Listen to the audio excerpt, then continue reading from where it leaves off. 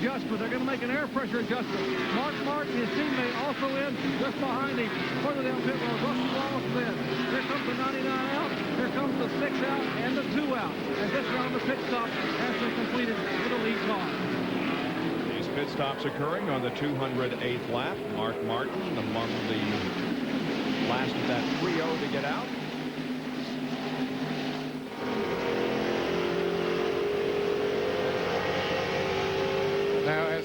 And we see there's Jeff Burton coming back out. Jeff Gordon is not too far behind him. I thought maybe he'd be able to get in front of him, but he can't do it. Never see Gordon. I was thinking that Gordon might have stopped a little bit early, trying to get out there and get a couple of laps of those fresh tires and hope to lead a lap.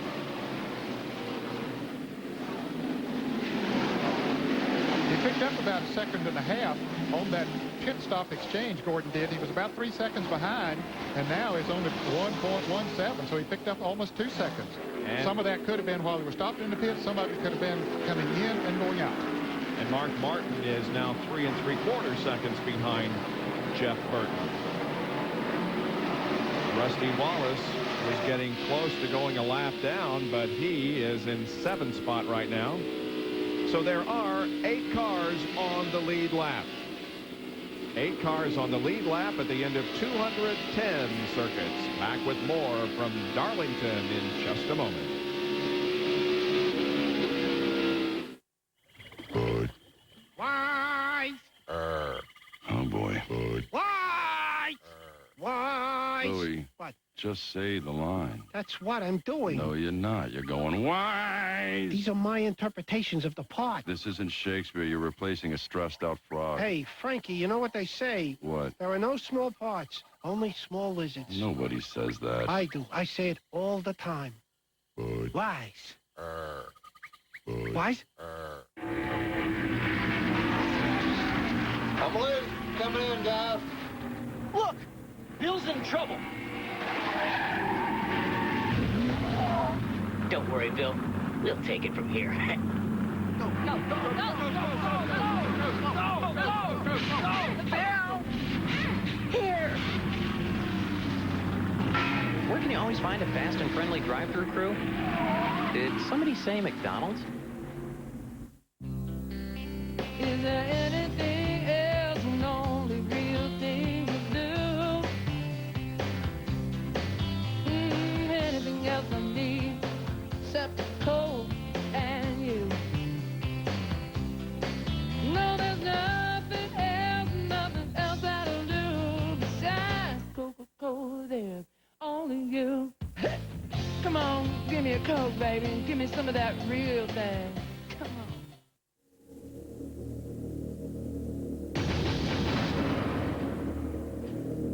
It is designed for power, engineered for the corners, and made to bring you to your feet. This is the White Track Grand Prix, selected the official pace car for NASCAR's 50th anniversary season. Whiter is better.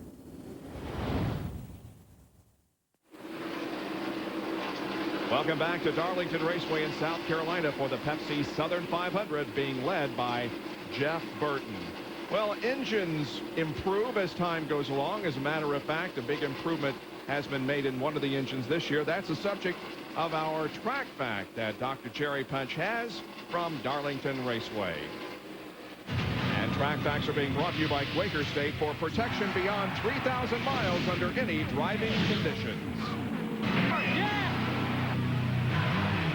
To the naked eye, there may not appear to be that big a difference between the old Chevrolet engine used for the last 5 or 6 years and the new SB2, meaning small block 2, being used in 1998. But spinning Clendenin as head engine builder here at Richard Childress Racing, there are some things that we can see. Doc, as you can see, our intake manifold is taller as compared to the 18 degree. We have individual intake runners on the SB2 as compared to Siamese runners on the 18 degree, plus our valve cover is wider. But the biggest difference is I'll have to show you elsewhere. Boy, being able to see the heads apart does make a difference. But there's a huge difference physically in the size of the old engine versus the new SB2. True. That is the biggest difference, Jerry, is the physical size of the cylinder head. What are we talking about now? 18 degree versus 12 degree. What is that? Well, let's turn them up and I'll show you. 18 degree is the actual intake valve angle in relation to the block deck surface of the cylinder head. Here we have an 11 degree angle versus the deck. Here we have an 18 degree angle versus the deck. In other words, the angle, if this is the valve angle here, and this is the deck of the block, 18 degree, the old one was like that, 18 degrees up, and the new one, you just drop it down about 6 or so degrees to get to 12. Exactly. It's that simple. Yes. Okay, what's the big advantage for the SB2 over the old engine? We have a lot more room inside the cylinder head to lead us into the future. All right, so in other words, initially, this one is as good as what you had, but the potential here is huge. We certainly hope so. And I tell you what, the folks at Hendrick Engines and that 24 car, they have found that those SB2s make some really, really good horsepower, because they are just, right now, really true. When they come off the corner, it's almost like pulling the asphalt up. The 24 car makes such great horsepower. We see Jeff Burton, the 99 car, goes by Rusty Wallace and puts Rusty a lap down. So now only 6 cars are on the lead lap. They include Earnhardt, Mayfield, Jarrett, Martin, Gordon, and the leader, Burton. Goes by Gary Bradbury in the Pilot Travel Center's Ford. He's some 5 laps down in 39th position. On board with Rusty Wallace now.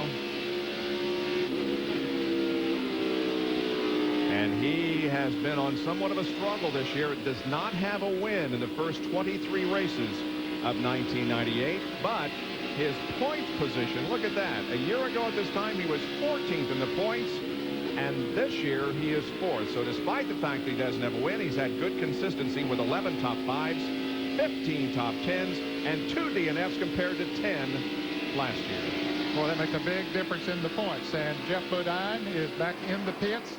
He was 10th, 1 lap down. Now he's in, making a chassis adjustment, getting right side tires. Now they go around to the left side, get those as well. Terry Labonte is in on the backstretch. These guys are only able to run about 45, 50 laps before they stop and make some tire change. Meanwhile, the leader comes up on some heavy traffic just ahead. One of the Noble 5 drivers. That is Mike Skinner in the 31 car. He is back in 24th spot, 3 laps down, or just about to go 3 laps down. Now, in this heavy traffic, that's going to let Jeff Gordon catch up. He was a little over 2 seconds behind. Now, that lap when he came by, he was 1.8 seconds behind. But Burton's still in that heavy traffic. But Gordon's got to go through it also. He's just hoping that traffic will thin out when he gets there, and he doesn't run across cars like this, 3 nose to tail. As Jeff Burton tries to come off the corner, cannot let that car go up the racetrack and use all the racetrack. Ricky Rudd trying to stay in the lead lap, can't do it. And that time, Jeff Gordon's only a 2.25 behind Jeff Burton. Ricky Rudd is now 3 laps down in 22nd position. Burton off the corner now sees Kenny Wallace ahead. And here comes Gordon to also try to move through this traffic now. Oh, this is trouble. Oh, yeah. Yeah, that's going to cost him, and Mark Martin is not far behind him. See, Mark has caught Gordon now right on his back bumper. Rudd moves down out of the way. 31 car of Skinner still there, and John Andretti in the 43 car. Now they'll move to the high side of the racetrack, give Jeff that inside line, which that's what he wants coming off of that turn. Oh, Skinner almost spun when he came off that corner. Wow. Looks like he nailed the accelerator on that SB2 that Spinny Clendena showed us a moment ago and about spun out. Yep. And now both Mark Martin and Jeff Gordon clear the traffic with both of them passing John Andretti. Meanwhile, Skinner gets by Andretti. Yeah. And that opened that lead back to over 3 seconds then once Jeff Burton got through it and these guys got in it. Now that was not a pass for position. The 43 car of John Andretti is 2 laps down in 13th. Skinner is 3 laps down in 22nd. Jeff Burton comes by. Clicks off 1 more lap. Now 141 to go. He's completed 226. I guess 2 more pit stops, Ned. Yeah, I would say At least have to make at least 2 more. You can give Jeff Burton the 5 bonus points for leading the most laps here this afternoon. He's been in front 196. Down to Jerry Punch. Let's check in with Ray Abraham. Ray, you've been dialing the car in and getting closer and closer. Do you have anything for the 99? Well, I don't know, Jerry. You know, it doesn't look like it, but, you know, we've got still better than 100 laps to keep adjusting and keep hoping the track changes. But he's awful tough. They've got a real good setup. You've been fighting. The main problem today for you has been a little loose race car. We started a little bit tight. Now we're a little bit loose. You know, we're pretty close. We're just bouncing around a little bit. We hope to get some track position at the end and maybe we can't make a big adjustment because we're pretty close. All right, Ray Abraham maybe working on his race car. And guys, remember what happened a year ago? They weren't that close all day long until the final 60 or 70 laps, and suddenly the 24 car on a major adjustment on the final stop came on and won the Winston Million. Let's go to John Kernan. I'm in Mark Martin's pit with Jimmy Finning and Jack Roush are talking over some race strategy right now. Jimmy, that 99 car looks pretty stout. Do you have anything for him? No, in fact, we just lost a cylinder. We're on 7 cylinders right now. Wow, so now you hear Mark Martin's just riding around out there on 7 cylinders and lost a lot of power. Well, I noticed he dropped back to Jeff Gordon there quite a bit, and I wondered if there was something wrong, and sure enough. Wow, that is a major situation there. Not only in his chance to win that $1 million, but also to stay in the points battle. We'll look at the telemetry and see how many RPMs he is off compared to what he was before. Remember, before he was turned about 8,500 RPMs. Well, there it's up to 82 something. As he loses power, though, he'll be able to go through the corner a little bit better because when he gets back in the accelerator, he doesn't have that power to spin the tires, so he'll be able to run. Lap speed will not slow down that much on used tires. But you see now he's down to 8,000 RPMs. What a tough break for Mark Martin. He has fought a gallant fight for the last couple of months, hasn't he? Trying to stay up front in this Winston Cup points battle. Boy, he sure has. Has 14 top 10 finishes, straight top 10 finishes, and 3 wins, and has finished second in 5 of the last 7 NASCAR Winston Cup races here in 1998. Take a look at the top 10 after 229. You change your oil every 3,000 miles, right? You don't, do you? You push it. Now you're so busy you try to squeeze another 1,000 miles out of your oil. Or more. Well, squeeze this. To do it yourself when you have the time. Reformulated Quaker State. Protection beyond 3,000 miles under any driving conditions. Anybody say insurance? It's been tested. And unlike that lazy uncle nobody really likes to talk about, it works. So go get some. Quaker State. Sensible technology. What more do you need to know? In Denton, Texas, a lot of folks who work on their cars go to AutoZone because they know they're going to find quality parts, low prices, great selection, and good people like Tom Robinson. You see, Tom's the kind of guy who really likes to help folks out. And since he's been around cars most all his life, he knows his parts, too. Oh, sure, there are other parts stores in town. But when it comes to getting the right part, the right price, and good advice from folks like Tom, there's just no place better than AutoZone. This is the new Trans Am. And it's very hungry.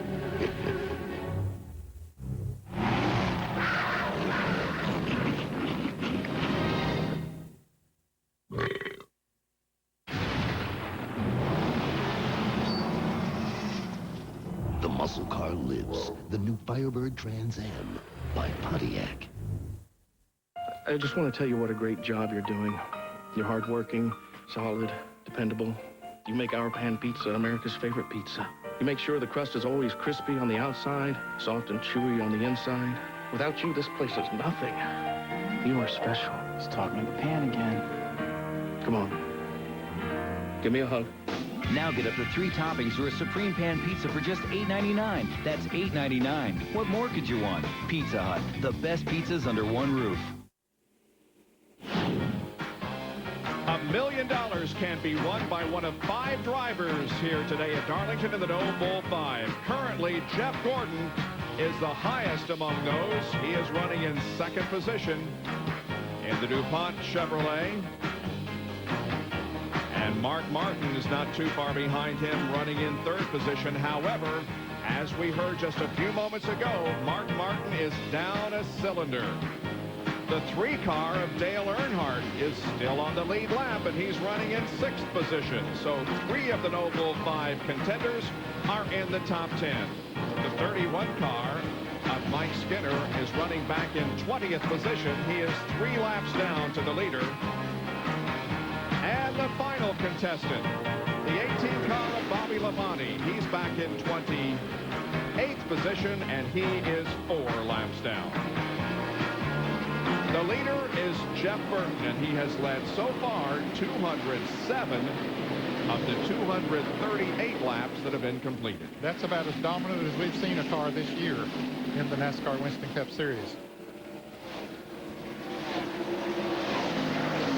You know, and Jeff Burton has been suffering from the flu this week. He did not run the Duralube 200, the NASCAR Busch Series race yesterday afternoon, just to conserve his energy for the 500 miles today. I wonder how he might be feeling out there. Jerry Punch, have you heard him? Did you say anything to his crew? Well, he's been a little weak and wobbly this morning. He has not complained the first time, Benny. In fact, after driver introductions, he went back in the garage area and stayed underneath the shade to try to be able to save himself for most of the day. Now, let's check in with Frankie Stoddard, who is the crew chief on the car number 99, because they're doing some serious calculations on fuel. Right now, Frankie is talking to Jack Roush, who's come down and talked to them a little bit about fuel calculations. What they're trying to decide is this. They want to be able to possibly make it the rest of the way on one pit stop. Frankie, let me ask you, you guys are going to make it the rest of the way on one stop? I think so, Jerry. We're just picking the gas mileage right now. We think we can make it on one more stop. We're going to try it. The Sexside Battery team's done a great job today, and Jeff's been a little sick, under the weather, and you know, we just come here to Darlington and run hard every time, and maybe we'll do it today. Around lap, what, 285, 289, somewhere along in there? Somewhere in there. We're going to see what everybody else is going to do here a little bit. We won't throw everything on the table just yet. All right, by their calculations, they have gotten mileage close to 75 to 78, even closer to 80 laps. And now Jack Roush is going to go up there, and he and Frankie are going to get together and match the numbers to see if one more stop will be safe enough to bring the 99 home to victory lane. Let's go to John Kernan. And Mark Martin's been one of the crewmen putting together spark plug wires and a distributor cap. If they get a caution, what they would like to do is come in, bring Mark in under caution, pop the hood, replace the distributor cap and the spark plug wires. However, we've only had one caution so far today, so they're going to need a little luck on their side. But right now, Mark continuing to hang on, and you can hear his car. It almost sounds like it's getting worse as he comes down the front straightaway, but you can tell very clearly that it's only operating on 7 cylinders. Well, John, he's able to turn some pretty good lap times. That last time, 151.6. The leader was 151, but I'm sure the leader was in traffic. Jeff Gordon was 152.6. So that car is handling well enough for him. As Benny said earlier, you might lose some straightaway speed, but it does let you go through the corner a little bit faster. And he's still about 9 seconds ahead of the 4th place car of Dale Jarrett. We're still on record pace. The average speed at this point is 144.622. The track record 139.9. How dominant. Oh, we have a caution on the racetrack now for just the second time. It's a debris caution. And what a break for Dale Earnhardt. Dale Earnhardt is right in front of the leader. I know he's going to race his heart out to beat Burton back. Here comes Burton. Who's he going to be? And Earnhardt will beat it back to the line and stay in the lead lap. Huge, huge break. Yes, indeed. Only the second caution of the afternoon. Pace car, as you can see, moves out and picks up Jeff Burton, the leader. Well, now when they make their pit stop, all that strategy goes out the window because now they've all got to make one more pit stop now. Yep. 6 cars on the lead lap. Of course, they're all pitting on the front stretch. We mentioned that Jeff has already led 213 laps today. The most laps led by a Southern 500 winner in the modern era was in 1972. 277 laps. So he is a bit away from that, but... Well, who did that? Who did that in 1972? Harry Gant was in 1984 and Cale Yarborough in 73. Oh. No, the modern era began, Benny, in 1972. Oh, so it's Harry Gant and Cale Yarborough both sharing that, right? Yes, Okay. yeah, in 84 and 73. Let's get down to John Kernan. What are they going to do back there?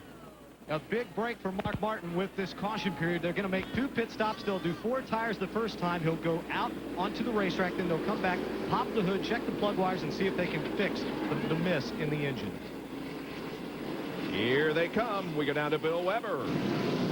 Could be a huge break for Jeremy Mayfield because just a few laps ago he told Paul Andrews he might have a right rear tire going down. He's got some debris on the grill. We'll scrape that up.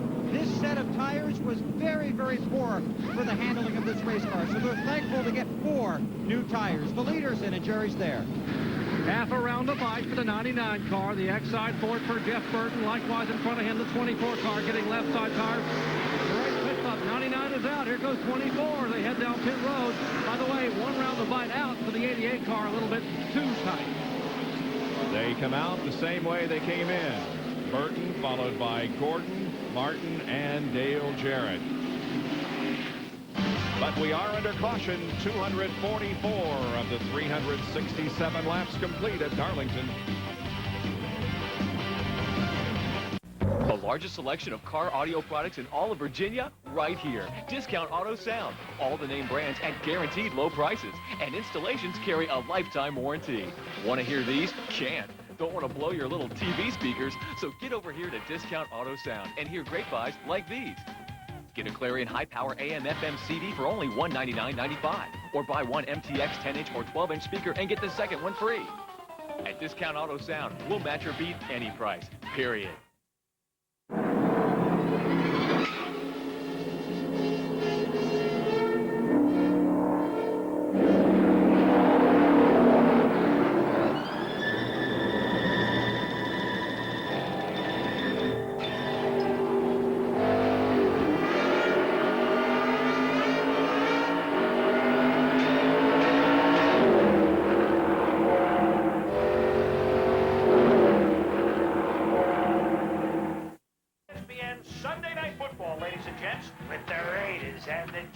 He's not a pirate, you stoop. He's a raider. He's a bloodthirsty pirate, a swashbuckler. He's ready for battle. Yeah, but he's wearing an eye patch. He can't even see straight. He's got a knife in his mouth. He's fearsome. The knife isn't in his mouth. It's through his helmet. Another good point. Is everyone against me? ESPN Sunday Night Football. The Raiders against the Chiefs. Coverage begins at 8:15.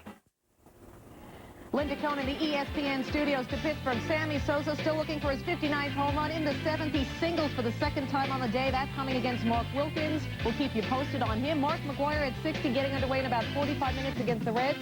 And guess what? We got Mac and the Cards against Sammy and the Cubs tomorrow beginning at 2 Eastern. Back to Bob Jenkins now. It's the Pepsi Southern 500, a Labor Day weekend tradition since 1950. Right now, on the track, it is Jeff Burton, the leader. Mark Martin did come in for a 2nd time as they tried desperately to correct this problem that he's having with a lost cylinder. Have trouble getting the hood up. Finally, Dennis gets the center pin out. They look, trying to make sure all the plug wires are on. They might have switched to a different ignition. I don't know. They checked everything out. And now I'm sure they're huddling, trying to figure out what they're going to do now. John Kernan, what they're saying? They said all the plug wires look fine. That's what they checked. Now they've got a spark plug out, so they're going to try and change the spark plug to see if that might be the problem. They're waiting now for Mark to come back down pit road, but there's some discussion as to whether or not they can do it fast enough without losing a lap. Well, of course, his 2nd pit stop has dropped him to the back of the line, so he is the last car on the lead lap now in 6th position as Mark Martin tries to battle for that $1 million bonus available here this afternoon.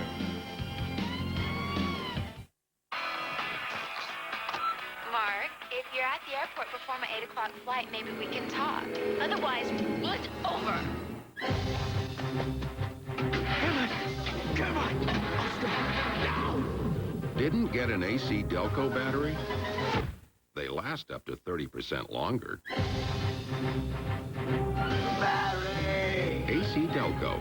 If you're not asking for it, you're asking for it. How's the car, Dale? A little tight off. 0 cars moving up. Get them on the inside.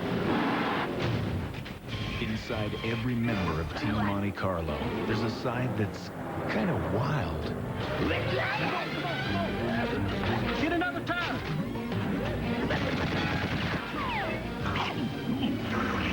Team Monte Carlo. Animal. Pardon me. This year, they're hungrier than ever. Gentlemen, over the years, Bristol University has assembled some of the greatest minds in football. While it's important that we look back at the past, it's also important that we look forward to the future. Here's the football. Here's the friends. Here's the sausage. Here. Monday Night Countdown at 6:30 on ESPN. Be sure to pick up the 1998 Miller Time Football Guide. It's yours free in any case or 12-pack of Miller Lite.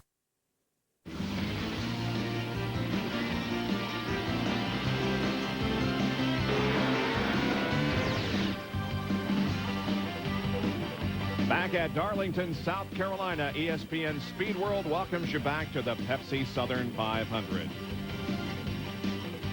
And we're being brought to you by the more than 2,500 AutoZone stores across America. AutoZone, the best parts in auto parts. By Team Monte Carlo Chevy, the cars more champions trust. And by AC Delco Automotive Parts. AC Delco, if you're not asking for it, you're asking for it.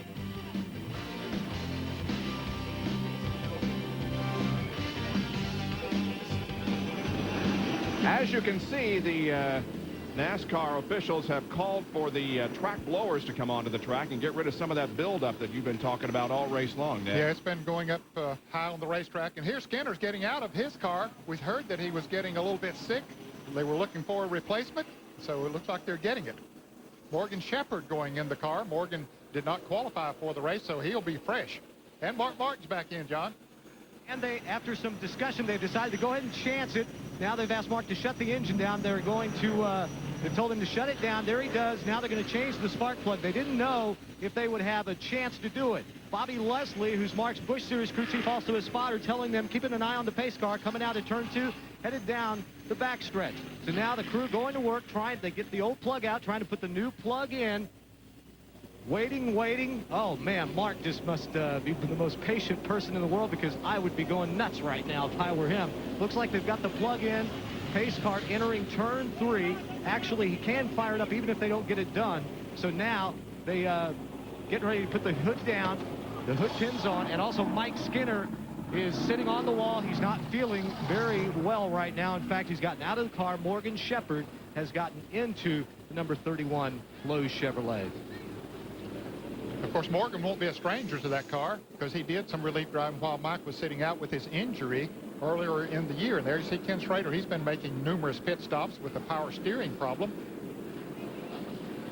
So the jet dryers have been called out not to dry the track, but to blow this these bits of rubber that come off the tires and accumulate at the top of the racetrack. And there's 3 or 4 of the blowers out there, and they're not only blowing off the racetrack, they're also blowing off the exit and entrance to pit road. That is the exit for the guys on the front stretch, the entrance for the fellows on the back stretch. So they're blowing all this off. And John Kernan is now with Mike Skinner. Mike has poured some cold water on himself, talking to his car owner, Richard Childers, right now. Mike, how you feeling?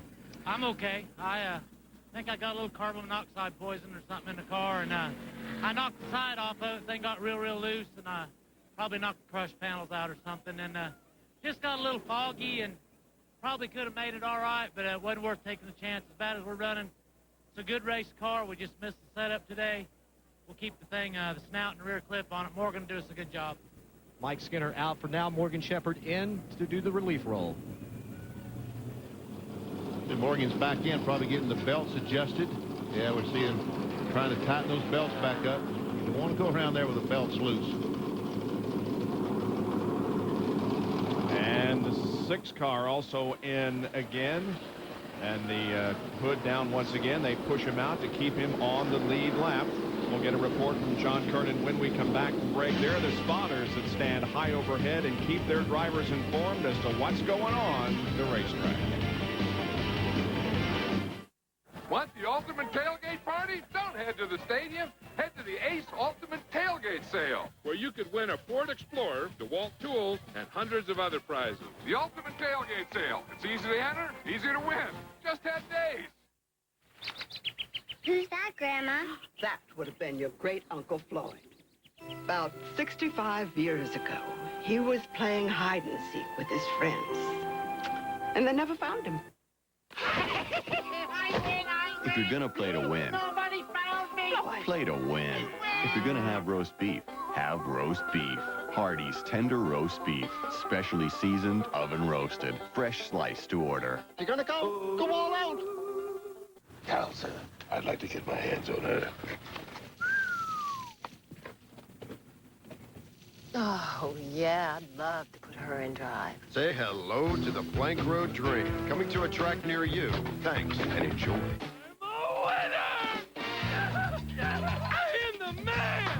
As if changing your oil isn't exciting enough, you can now win big in Pennzoil's Under the Cap sweepstakes. I'm a winner! I won!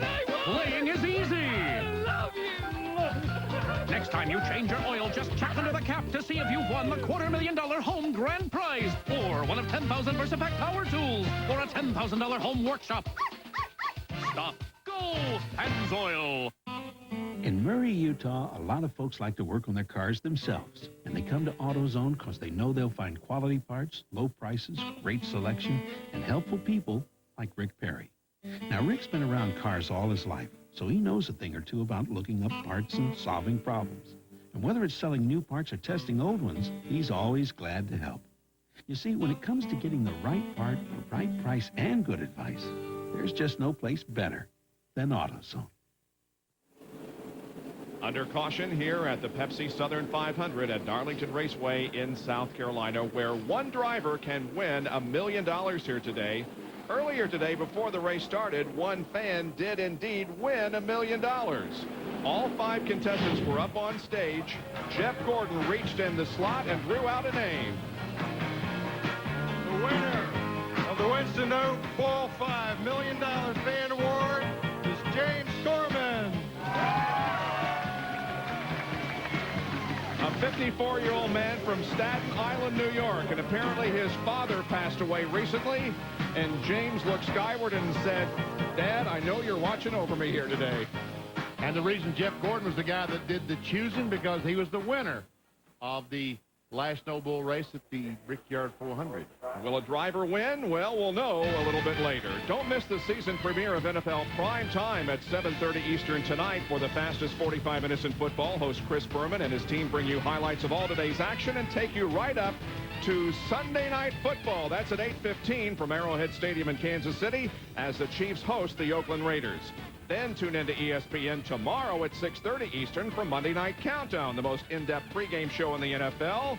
At 8 o'clock, it's Monday Night Football on ABC as the defending Super Bowl champion Denver Broncos host Drew Bledsoe and the New England Patriots. ESPN and ABC, the exclusive home of the NFL in prime time. They're blowing the track, cleaning it off, getting ready for the last 100 laps here at Darlington. We'll take another break and be back in just a moment. Stand back, Pamela. Look out, Amber. Uh-oh. B-A-N-A, so good, so sweet. B-A-N-A-N-A, oh, bananas, what a treat. Golf takes energy, precision, and planning. B-A-N-A-N-A, oh, bananas, rock and roll. Just like a healthy diet of fresh Dole fruits and vegetables. Try some today. B-A-N-A-N-A. Dole bananas, it doesn't get any sweeter.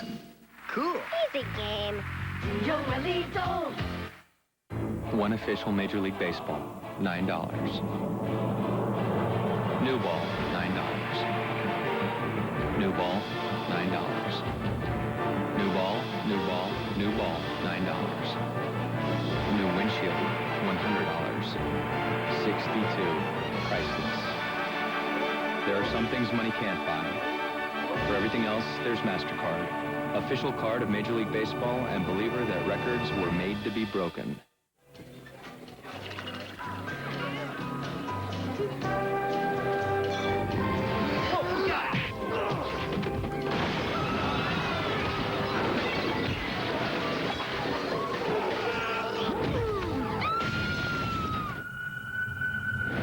Sean Graham, veteran stuntman.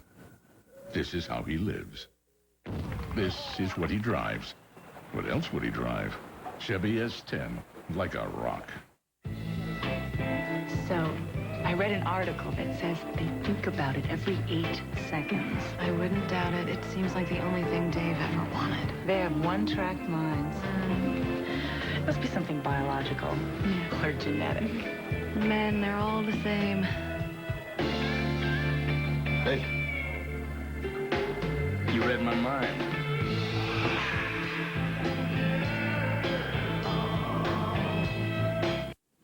Just about a half a lap away from getting this race back underway. We go down to Jerry. Well, Todd Parrott, from our observations, well, first you were tight, then you were loose, then you were tight again. How are you now?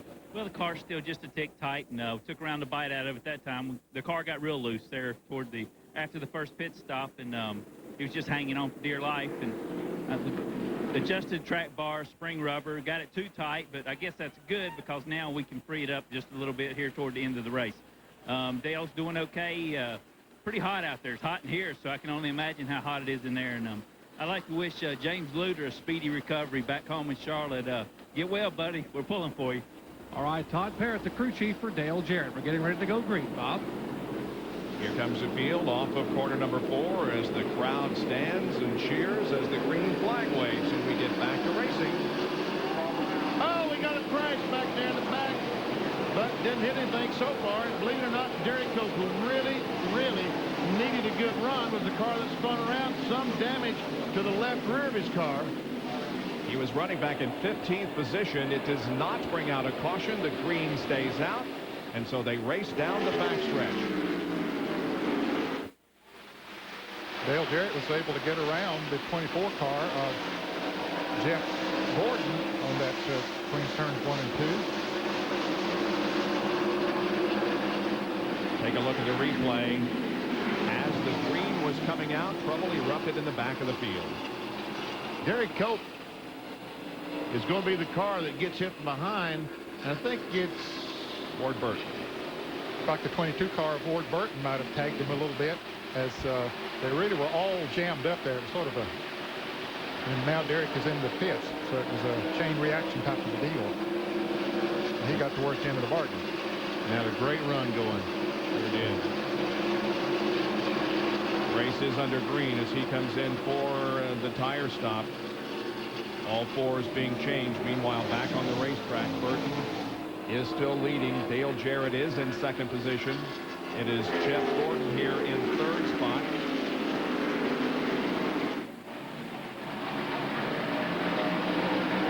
Again, at the very beginning of the program, we talked about 2 potential spoilers and mentioned the names Jeff Burton and Dale Jarrett. They are running 1st and 2nd at the moment, and indeed spoiling the effort by Jeff Gordon, who is in 3rd. John Kernan. That caution was a big break for Dale Earnhardt. He had reported a tire vibration, so he got to come in, put on 40 tires without losing a lap. Let me show you what happened. Look at this mark right here. This little red-pink mark on the tire shows where the wheel weight should be. There's no wheel weight there. Instead, the wheel weight's all the way around on this side. What happened was when he left the pits the last time, the tire actually stuck on the pavement as he left, and that caused the wheel to actually spin. So that's pretty interesting. I don't think I've seen that too often. Meanwhile, a battle for 2nd is developing as Jeff Gordon looks inside of Jarrett down the backstretch, headed into 3. Jeff takes the 2nd spot from Dale. And here comes Jeremy Mayfield coming right in there too in the 12 car. 2nd, 3rd, and 4th running right together here. Jeremy Mayfield, the 12 car, ran awfully well at the very beginning of this race. If he could get that car back like it was then, he might be a car to be reckoned with. Right here's where Jarrett is really hurting coming off of turn 2. Gordon pulling about 3 car lengths coming off of that turn. When we talked to Ray Evernham earlier, he reminded us about how a year ago Jeff Gordon chased the car just about all race long and was able to get it right for the closing laps and come on and win and take home the Winston Million at that time. Could we be seeing history repeat itself? The Pennzoil copter cam shows us Jeff Gordon now to the inside of Bobby Hamilton, who's in 27th position 4 laps down. Right behind Jeremy Mayfield is Dale Earnhardt, and remember what happened to him a year ago. Yeah, that's right. This is the one-year anniversary of Dale Earnhardt. And we still don't know what happened. Whatever happened to him, that's right.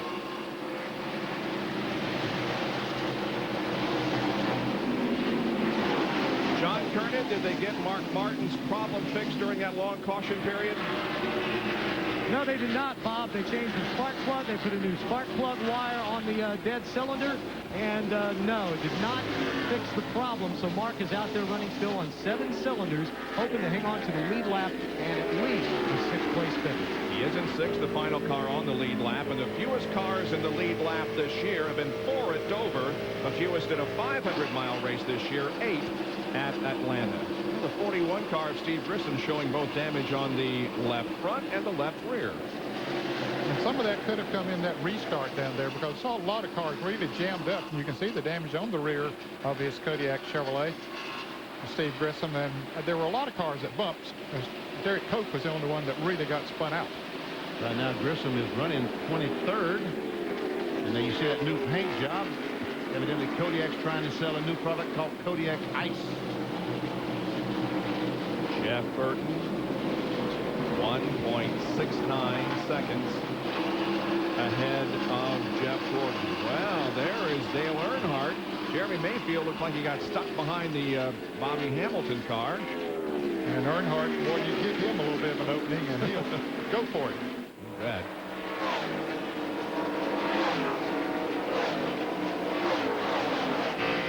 Bill Elliott, although he is 2 laps down, is in the top 10 in 10th position. A former $1 million winner. He was the first winner of the Winston Million way back in 1985.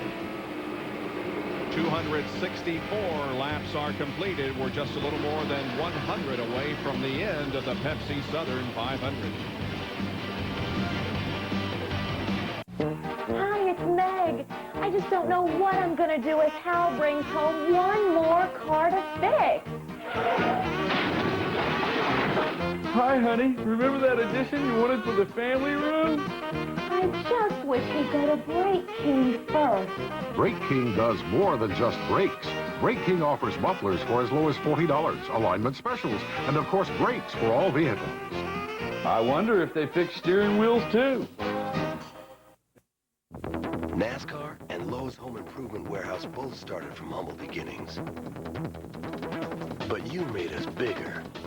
You made us better. You made us faster. So consider this a quick thanks. Sure beats the heck out of a thank you card. Lowe's, the official home improvement warehouse of NASCAR and you. To thank the greatest fans in sports and to close its 50th anniversary season, NASCAR offers you a chance to win a fantasy trip to the Napa 500 in November. On September 27th, during ESPN's coverage of the NASCAR Winston Cup Series race from Martinsville, we will announce a special phone number. When you call that number, you will be given 4 NASCAR-related questions. Answer them correctly, and you could be one of 10 fans to win this exclusive behind-the-scenes experience. Check out NASCAR Online and NASCAR Winston Cup Scene for details and a sneak preview of the questions. Welcome back to Darlington Raceway in South Carolina, the Pepsi Southern 500. Stop by your newsstand and pick up this week's issue of ESPN the Magazine, featuring Mark Martin in the crosshairs, an examination of his ups and downs this season, as well as a complete NFL preview. That's ESPN the Magazine at your newsstands now. Well, speaking of the ups and downs of his season, he's on a down right now because the car has dropped a cylinder. He's back in 6th position. And he's 14 seconds behind already, Bob, since they threw the green flag. And he really, you know, when his tires were real hot and everybody was slipping, sliding, it didn't hurt him nearly as much then. But when he put new tires on it, as Benny mentioned earlier, it really hurt his performance on the racetrack. Now, Jeremy Mayfield is in 5th position, and Bill, are we hearing bad news about him? There was some bad news for a moment, Bob. Jeremy Mayfield radioed in and said the water temperature just went all of a sudden to 250 degrees. So that was right after Earnhardt was ready to go past him. So when Earnhardt went around him, Jeremy dropped back a little bit. That got a little more air into the front of the car. It cooled it off. It's down to 240, and they think they're going to be okay. But they're watching it very closely. Very, very frightening moment for this crew. They've got a great car, and they've got very high hopes. 240 is awfully hot for these cars. That's about 240, 250 is about all the water will stand. And you wonder, well, how do they stay in the car anyway? Because boiling point is 212 degrees because they use, the water is under pressure. And each pound that you raise the pressure, you raise the boiling point 3 degrees. Looks like Rusty is missing a piece of the rear bumper on the right side. Yeah, he could have been one of those cars that was in that restart jam up that we had as Ernie Irvin pulls down on the inside of it in the Skittles Pontiac. That's a battle for position. Battle for the 8th spot, and Ernie takes it away. There are 3 cars that are 1 lap down. Sterling Marlin, Ernie Irvin, and the 2 car of Rusty Wallace. Then they're 6th, 7th, and 8th, or 7th, 8th, and 9th. And then you go to 10th place, Bill Elliott, who is 2 laps down. Along with Jeff Bodine, Kenny Wallace, Ward Burton, and Ken Schrader.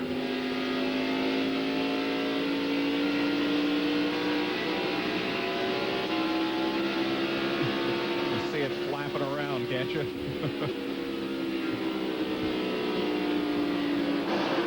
Well, Jeff Gordon has caught Jeff Burton. Yes, he certainly has. And what's up with this? Does Burton have a problem, or was it just traffic? He has some type of problem. Yeah, he was 3 miles an hour off the pace the last lap. And here comes Gordon trying to take the lead for the first time today. And he's got it. Indeed, he has. So on lap 274, Jeff Gordon passes Jeff Burton and takes the lead in the Pepsi Southern 500. Possibly headed for another $1 million payday. You know, we saw the 16 car have a problem today. Kevin LePage's car had an engine problem today. Mark Martin has lost a cylinder in his car. I wonder if Jeff Burton has a similar problem. All these cars, Jack Roush cars. Could it be something that jumped out and bit Jack Roush today? And we're seeing a lot of cheers as Jeff Gordon goes into the lead, Jerry. Well, Jeff Burton doesn't have an engine problem. That's the good news for the 99 crew. The bad news is the car has been really good all day long until now. And now he is very tight in the middle of the corner and very loose coming off. The car has just sort of gone away chassis-wise after having almost a perfect afternoon. And, of course, they're all going to have to make one more pit stop around lap 310 and 315. Right now, all Burton can do is hang on and wait to make an adjustment. He is the 6th leader in the Pepsi Southern 500, but the first Chevy driver to be in front of a lap here at Darlington. And right now, Jeff Burton with his ill-handling race car, and it's great news that he doesn't have some type of engine problem, because Jack Roush would really be upset if 3 of his cars have a problem. But Jeff Burton right now is using all the racetrack, every bit of the racetrack, trying to get around the track. And that is so, we saw Jeff Gordon try to do it last year. We saw Jeff Gordon hit the wall. Jeff Burton really has got to hang on for the next 30, 40 laps and try to stay out of that wall up there. 1 year ago, it was Jeff Gordon and Jeff Burton fighting for the lead on the final lap, and these two are running first and second here at the Pepsi Southern 500 in 1998. We'll be right back.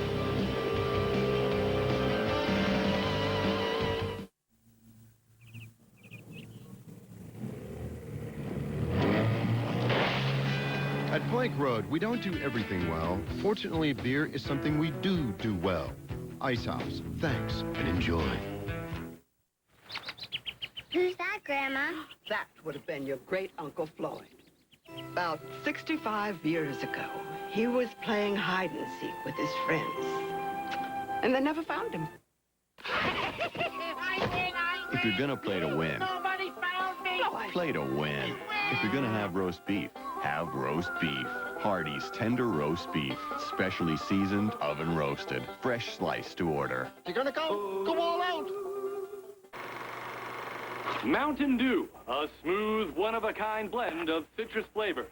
Mountain Dew quenches your thirst like no other. One taste and you'll agree it's terrific. Drink Mountain Dew and you'll discover what's inside quenches like no other. A blend of citrus just for you, so smooth it goes down easy too. Neato. That's a classic. Chef Paul of Bowman's makes the best steaks in town, the Herald. Chef Paul is the maestro of marinade, the Herald. Chef Paul's reputation is built on his marinade alone, the Herald. Chef Paul's secret ingredient is actually A1. Chef Paul questioned about missing assistant, the Herald. The secret to great steak isn't just for great steakhouses anymore. A1, a marinade, a seasoning, a 136-year-old secret.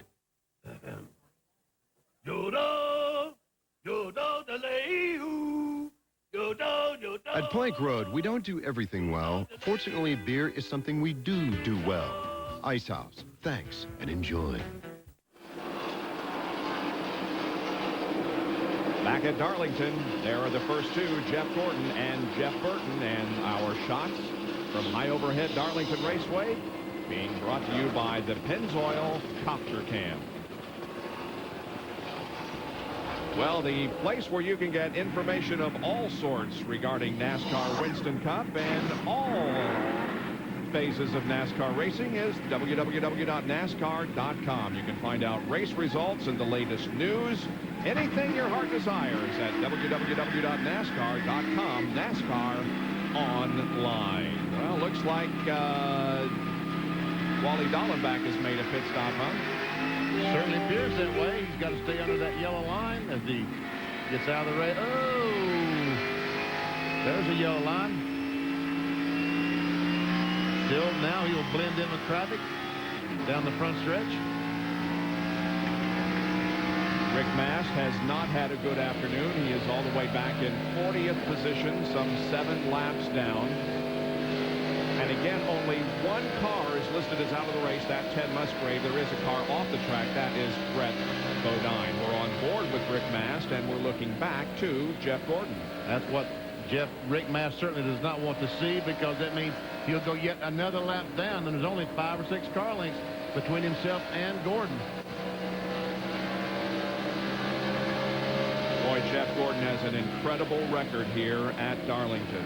Didn't get off to a very good start, but in the last 6 races, his average finish has been 1.5, and that includes 6 wins and no DNFs. Wow. That is incredible. You talked about the 11 car being off the track. Brett Bodine, he's having a radiator problem, so he's repairing that.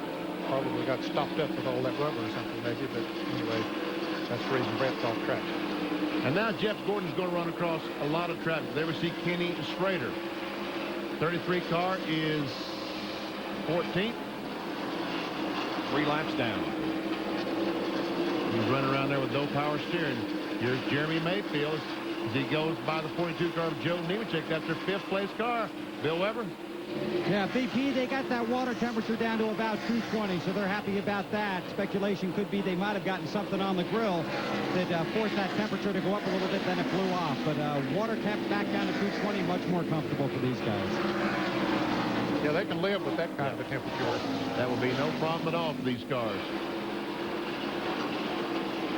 Jeremy is right now almost 7 seconds behind Jeff Gordon. Jeremy used a provisional to get into the field in the spring race here at Darlington. There is Dale Earnhardt, who is currently 4th, about 4 seconds behind Jeff Gordon.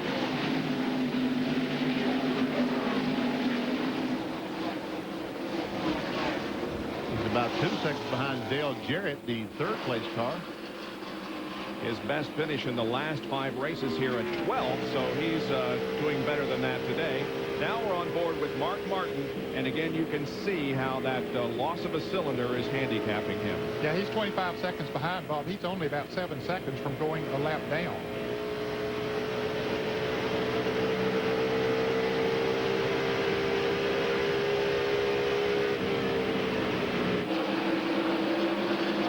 The one advantage that Mark Martin had today was at least they ran enough green flag laps that all the cars except 6 were lapped.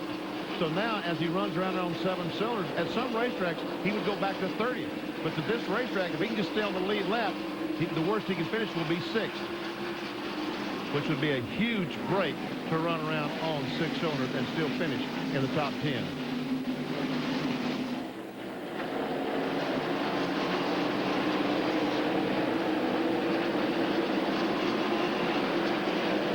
Mark Martin, a former winner here at Darlington, won the Pepsi Southern 500 back in 1993. Never seen Mark, and back there someplace comes Jeff Gordon. And Mark is 25.5 seconds behind now, so he lost a half a second in that last lap.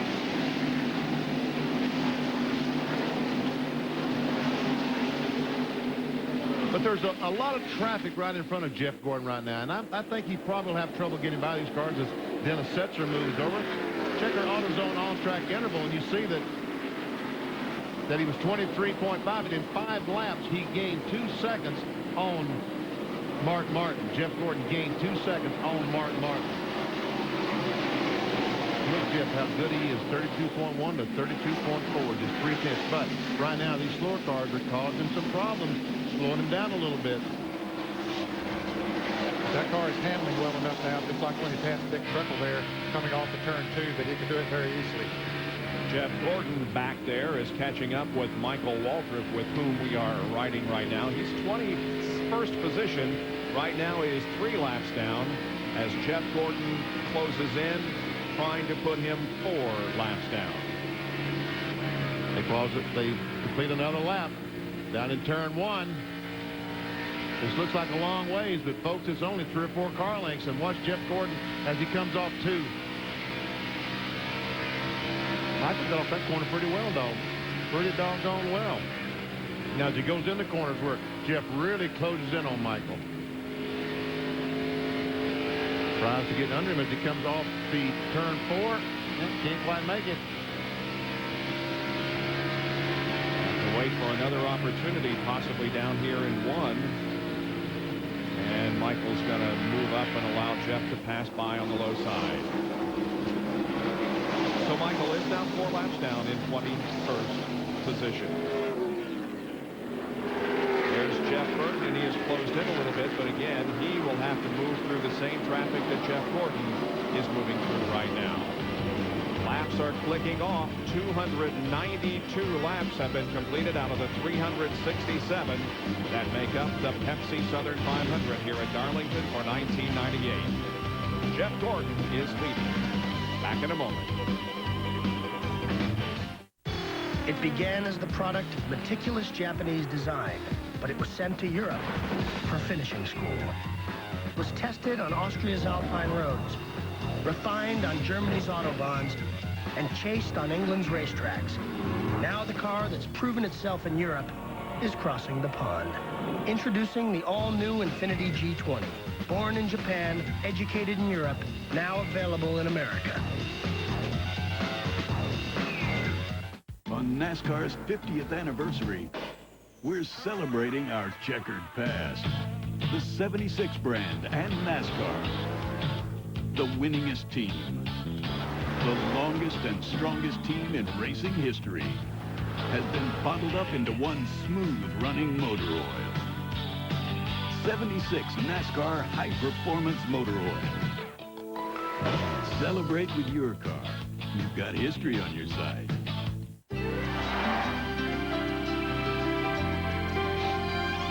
Okay.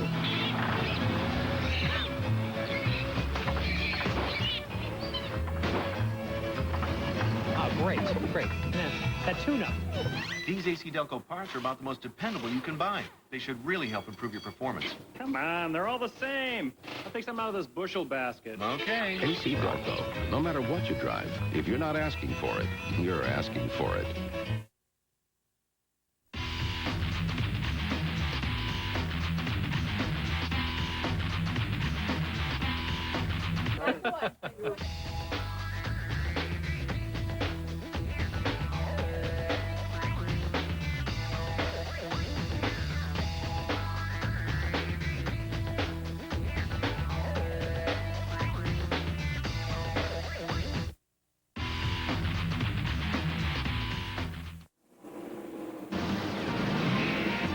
Welcome back to ESPN SpeedWorld live coverage of the Pepsi Southern 500, where 5 drivers have a shot at the noble $5 million bonus. But right now it appears that only Jeff Gordon and possibly Dale Earnhardt could win it. Jeff Gordon on lap 260 moved to the inside and passed Dale Jarrett, and then took the lead from Jeff Burton, and Gordon continues to hang on to that lead by a little over 3/4 of a second over Burton, as Dale Earnhardt is in 4th position. Now, Mark Martin is still on the lead lap and is also a contender for the $1 million bonus, but his car is down a cylinder. And Mark Martin in jeopardy of going a lap down. And the other 2 are already at least 1 lap down. Bobby Labonte is 3 laps down in 19th, and Mike Skinner is 4 laps down in 23rd. I said to Mark, is jeopardy going a lap. He is the next car in front of Jeff Gordon. There we see Jeff Gordon, and right in front of him is Mark Martin.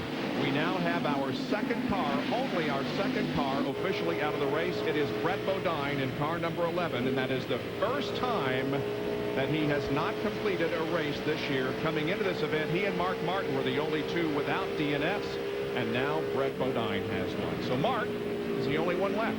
It's a radiator on the 11 cars. We mentioned a little bit earlier that he has a hole in that radiator.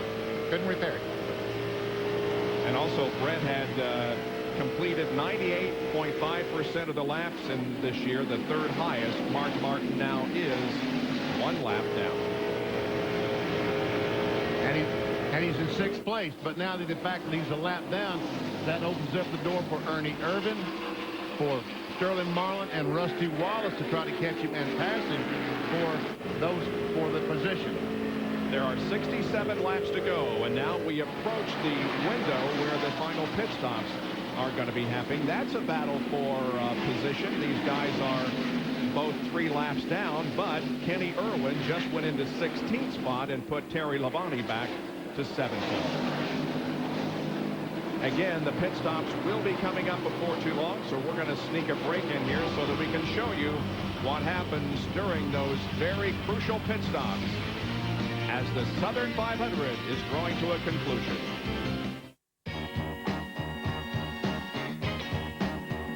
I've been in the right place, but it must have been a wrong time. Ever since you were a kid, you've had a knack for what you do. And at Express Personnel Services, we offer you jobs right now that are right for who you are. Jobs that fit your skills. It's all coming together. The right time, the right fit. This could be the right place. Now could be the right time. Express Personnel Services. Jobs that fit. All across America, you're there to see us through. Just around the corner, a neighborhood should be blue. You depend on your car, so trust it to Jiffy Lube. Jiffy Lube makes it easy. Every 3,000 miles. 3,000 miles, you make us smile. America should be blue. Drive in, drive out, drive on. I'm Nicola Wager, and I make Ford engines in Wales. Wales is a beautiful country. Lots of greenery, lots of trees, very rainy. The last thing we want to do is harm this lovely country. Solar power! The sun helps us make our engines. It seems like a really strange idea, but it does work. It's the first factory of its kind in the world. Ford's not just producing engines, but it's looking after the environment as well.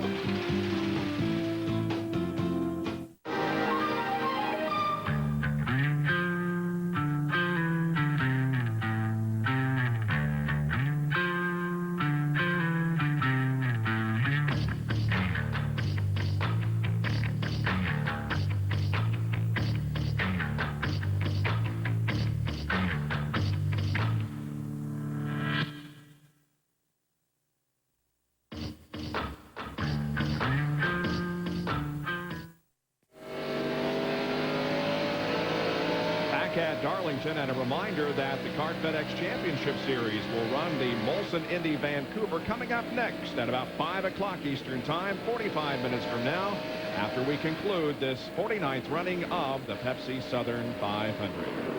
And the 28 car, who we just saw take a position from Terry Labonte and move into 17th spot, 16th spot, they're pushing it behind the wall. Man, that is a tough break. Kenny Irwin had a good run going. Started back in provisional, and as I said, had worked his way into the 16th spot. Bill Weber, what's going on down there? Well, Jeremy Mayfield is on pit road for what should be his final green flag stop. His car is very, very loose as it's been all day. But the water temperature problem is back up to 260 degrees. We're trying to pull what little tape is on the grill off of it. They really need to brush it clean. Getting 4 tires, but they need to get that grill as clean as possible. Now they scrub it off, and now Mayfield heads back on the track. One final shot at winning the Southern 500. Johnny Benson rolls out. Ward Burton also comes out. In is Ricky Rudd. You can see the work going on the Tide Ford. You see, Jeremy was fighting the loose race car, and as soon as he got to the what he thought was a proper window, he stopped. And John Andretti's coming in, Bobby Hamilton, Derek Cope is back in, Ricky Rudd just going out of the pits. So that's exactly what all of them are doing too. Dale Earnhardt should be making a pit stop very soon. Again, he's in 4th position and the last car on the lead lap. The crew is waiting for him. There we see that nice wet towel and a cool drink of water. We also hear that they're calling in the 99 of Jeff Burton. Now that doesn't surprise me because Jeff Burton has been the class of the field all day. All of a sudden he's struggling with his race car. Here he comes. Let's make some changes to this thing. Let's get it better for this last run. Down off the banking and on to pit road. Jerry, he's headed to you. And they are going to make changes, Benny, in the car number 99. They're going to come up on the track bar. They're going to go up on the air pressure in the right front, down on the air pressure in the right rear. Here comes the car number 88 down pit road. Dale Jarrett likewise. Make a slight adjustment in his Ford. They're also calling the car number 24 in to make an adjustment. Right side tires. There is the wedge adjustment or the track bar adjustment rather on the car number 99. The 88 car also on pit road, the Quality Care Ford. Final pit stop for Dale Jarrett. Trying to get both these cars dialed back in. As the 99 car is down and away, he heads down. They're still working on the left side of the car number 88. Now the 24 car coming down for his final pit stop. Trying to win 4 consecutive Pepsi Southern 500. They're going to take a half out, a round out, the right rear of the car number 24. Trying to get a little more fight in the car, tightening up a little bit more. Now left side tires going on. The Rainbow Warriors scampering around. Earnhardt is out in the car number 3. Final pit stop. 24 car down and away. Gordon out, Earnhardt out. And Rusty Wallace on pit road for what will be his final stop as the Miller Light crew now goes to work on the right side of that car. Changing tires, no wedge adjustment, no track bar, slide air pressure only. Now left side of the car going up to Miller Time Ford. Rusty with a great qualifying run, has never won here at Darlington. Would love to be able to get a good finish today. His car down and away. And the 99 car of Jeff Burton has just gone into the lead. You can see the interval there between first and second, but Burton once again has command. Has the lead. Looked like Shane Parstow had just a little bit of trouble on the right front tire on the 24 car. Plus, Jeff Gordon ran one more lap. That's why he had to come in the pit. When those other guys came in, he had no choice but to pit and get on 4 tires. Dale Jarrett about 4 1/3 seconds back, and Dale Earnhardt is almost 7 seconds back. More from Darlington in a moment.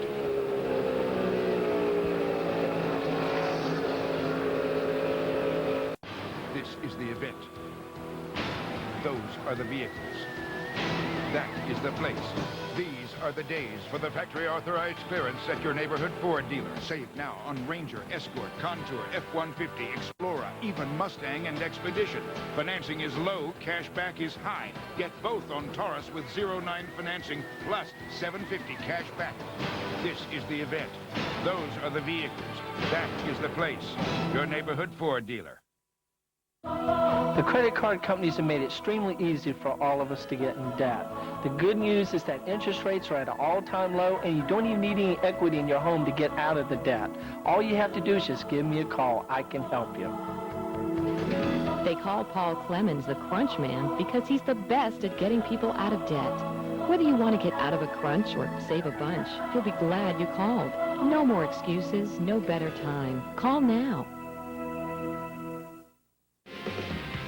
Big Mac S60 and the biggest record in sports is in his sights. Slammin' Sammy is hot on his heels. It's a long ball Labor Day special. Cubs, Cardinals. Tomorrow at 1:30 on ESPN. It's a grand game. It's ESPN Sunday Night Football. football, ladies and gents. We kick things off with the Raiders and the Chiefs. ESPN Sunday Night Football. Coverage begins at 8:15. Oh, see, I would watch that. Jeff Burton is once again in the lead of the Pepsi Southern 500 here at Darlington, about a second ahead of Jeff Gordon. And a reminder that we have two baseball players that are chasing history, Mark McGwire and Sammy Sosa. And any updates that we have as Mark Martin begins to smoke, we will have immediately for you. So stay with us here on the worldwide leader in sports. This is not a good picture. For Mark Martin and his fans, this is not a good picture. It's a blow, of course, to his winning the $1 million here this afternoon, and probably in the larger picture for the NASCAR Winston Cup Championship, although the season is far from over. Man, he'd probably pay $1 million not to have this problem here. Yeah. Get this engine back on 8 cylinders, and I'll give him $1 million. Man, oh man, it's getting worse and worse.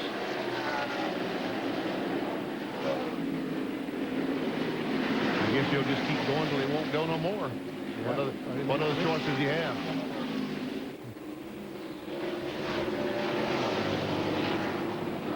Moments ago, a little incident on the racetrack took our breath between the 44 and, oh boy, Kyle was sideways, wasn't he? He did a great job of straightening that thing out and not getting it into the wall. He and Jeff Bodine got together.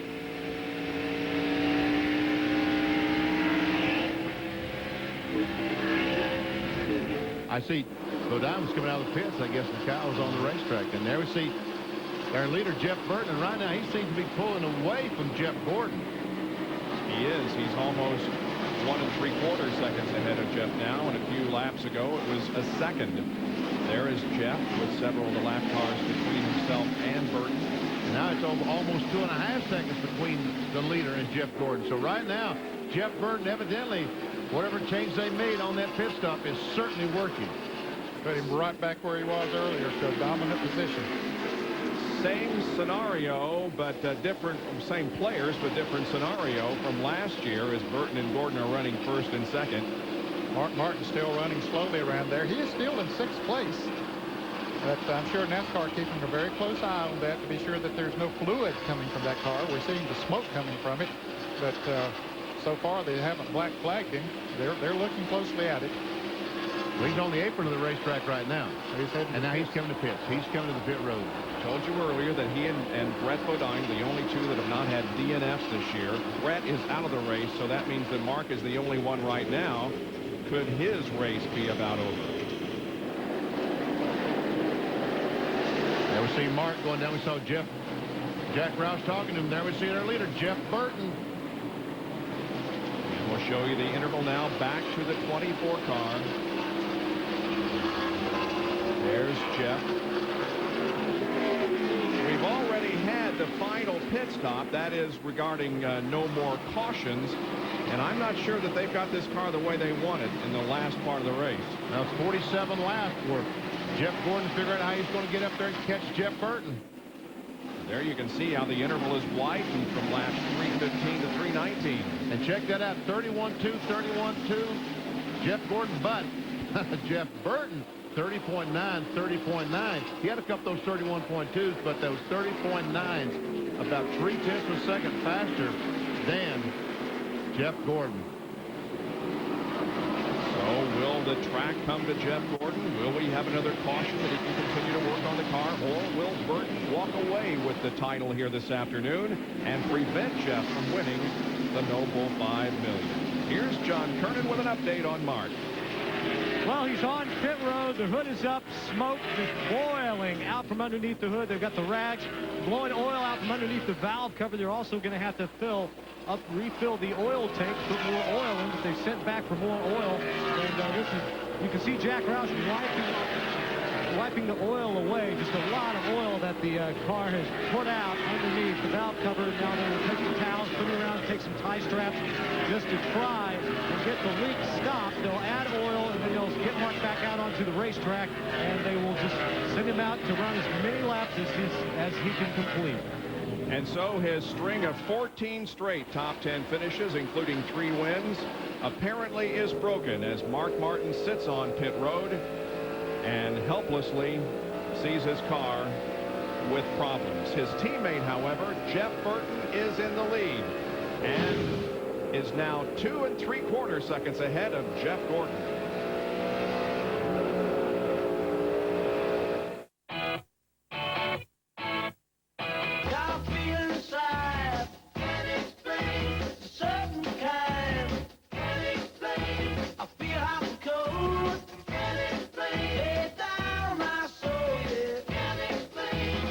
Competition won't be able to explain when the only four-door rookie in NASCAR starts blowing their doors off. Maybe they should get more doors. Ford Taurus.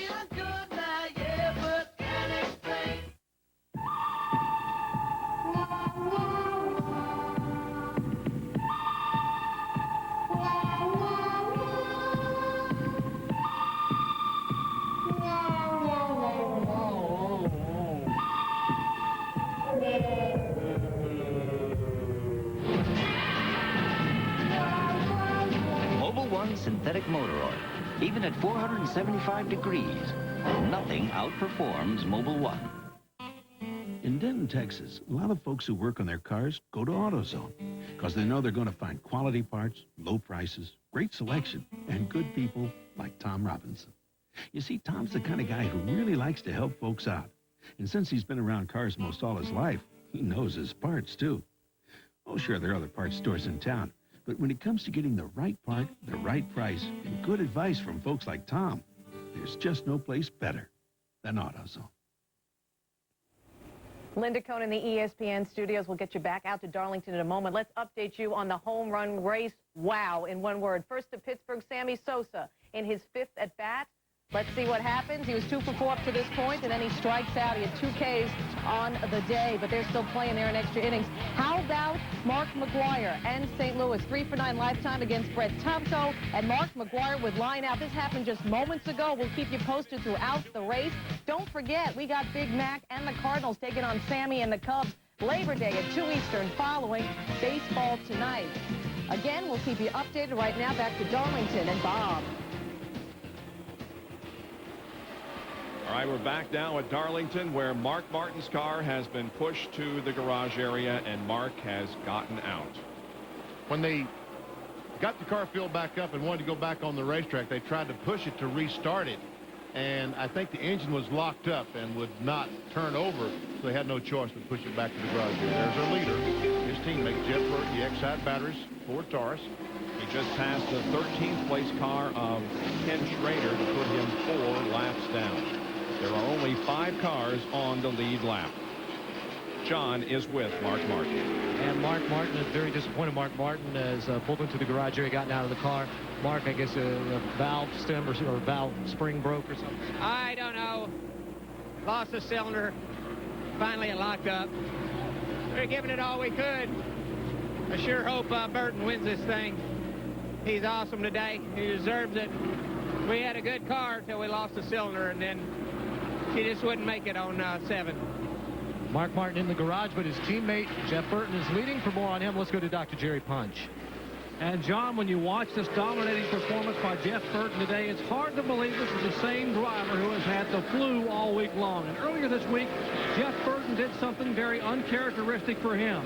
He decided he was going to take a day off. He didn't feel that well. He knew the only way he was going to heal up was to stay home. He called. He regretfully had to cancel some personal appearances and just stayed on the sofa and in bed all day. He came here on Saturday, did not run the Busch race because he wanted to save it for today. Now, I just asked Frankie Stoddard, his crew chief, a moment ago, how's he doing?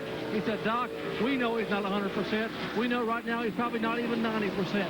But this guy is better at 85% at Darlington than most guys here.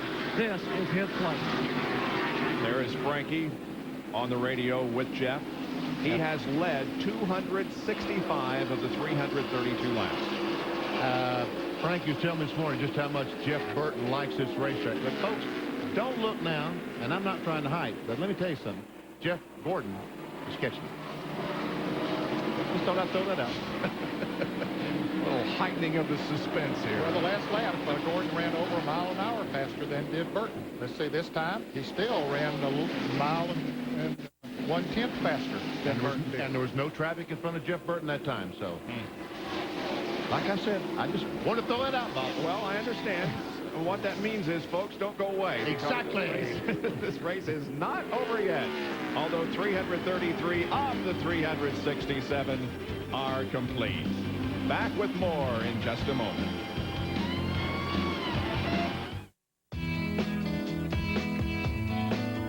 Shuffling papers all day long requires concentration. Someone hold my calls, I'm on a Big Mac vacation. Did somebody say McDonald's? Want the ultimate tailgate party? Don't head to the stadium. Head to the Ace Ultimate Tailgate Sale, where you could win a Ford Explorer, DeWalt tools, and hundreds of other prizes. The Ultimate Tailgate Sale. It's easy to enter, easy to win. Just 10 days. I was born hungry, but I was born Italian, so that never happened again. Tonight, we had the perfect meal for us. The Olive Garden's never-ending pasta bowl. You pick any of their special pastas, and you get all the free refills you want. Ooh, spaghetti with meat sauce, fettuccine Alfredo, you name it. The bowls keep coming until you say, ooh, when? And the same for salad and breadsticks, all for $6.95. I'm gonna eat it all. That's cousin Al. Nobody's ever heard this guy say when. I love this place. The Olive Garden. When you're here, you're family. In Murray, Utah, a lot of folks like to work on their cars themselves. And they come to AutoZone because they know they'll find quality parts, low prices, great selection, and helpful people like Rick Perry. Now, Rick's been around cars all his life, so he knows a thing or two about looking up parts and solving problems. And whether it's selling new parts or testing old ones, he's always glad to help. You see, when it comes to getting the right part, the right price, and good advice, there's just no place better than AutoZone.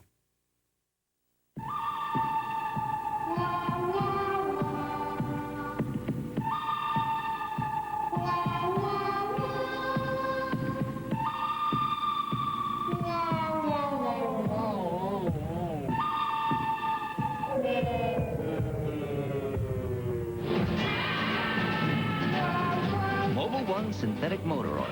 Even at 35 degrees below zero, nothing outperforms Mobil 1. We're back at Darlington, and there is what Benny was talking about just a few moments ago.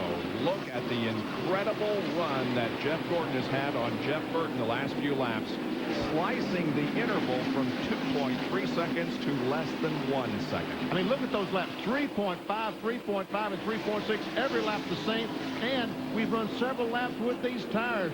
He's supposed to be down in the 32-second break. Both these guys are really running strong, trying their best to win. But Jeff Gordon running some incredible laps.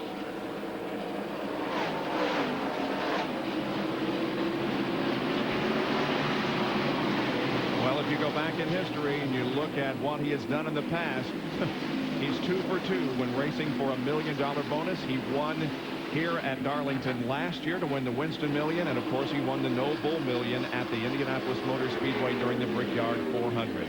We have completed 339 laps. We're on lap 340, and it looks like the lead change is imminent. Well, this is about what happened last year, although it was closer to the end of the race when Jeff Burton was trying to pass Jeff Gordon. So here goes Gordon on the inside. He's got that spot, and there's nothing Burton can do except Jeff, go ahead. Now try to go back on the inside. Can he make it stick? Oh, this is tough, tough. Man, they come out of the corner, and Gordon does have the lead. But boy, Jeff gave him a good battle.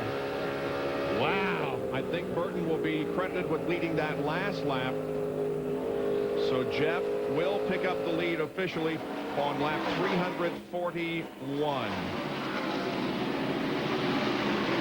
Previously, Jeff led 37. They're closing in on the fifth-place car. Up there you see Jeremy Mayfield, who is running in fifth place. In jeopardy of going a lap down. See Frankie Stoddard talking to his driver. Hey, Frankie and those guys have done a terrific job. Evernham just sitting there. Watching and waiting. You have to wonder if after they made that last pit stop, and Burton ran away from Gordon there for a little bit, if Gordon maybe didn't press as hard as he could have at that point, getting those tires, saving those tires as much as you could, and let that air pressure build up, and then make the run. Looks like he certainly has made the run. Now, whether that was his strategy or not, don't know. He is a very, very patient race car driver, Jeff Gordon is. We see Jeremy Mayfield go right in front of Burton. This is going to cost him some time. And the fifth place car is now a lap down, Jeremy Mayfield. 4 cars remain on the lead lap. Gordon, Burton, Jarrett, and Earnhardt. And Earnhardt is about 20 seconds behind the leader, so he's not in jeopardy of going a lap down. He's still about 12 seconds away from going a lap down. Is Jeff on pace to win another championship? Look at the statistics. Average finish in his championship year of 1995, 9th. It was the same in 1997. This year, his average finish in the first 23 races, 7.1 to be exact. So actually, at this point of the season, he is better than his previous 2 championship seasons. Well, there's no doubt he is better. I mean, he is having a phenomenal. Martin's having a phenomenal year. Yeah. It's just that Jeff Gordon is having an unbelievable year. And so is Dale Jarrett, for that matter. Yes. Now he's stretched out the interval to over a second. 344 laps have been completed, which leaves 27 something.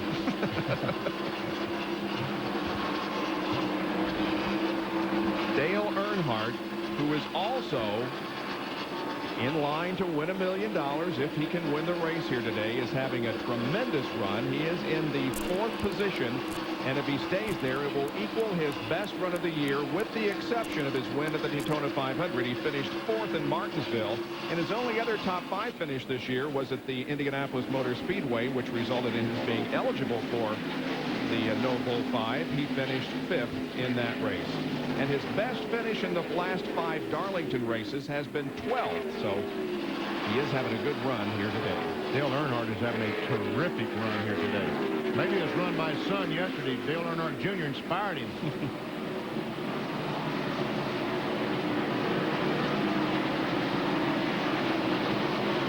There he is. 21 more laps. 20 more laps when he comes by the start-finish line this time.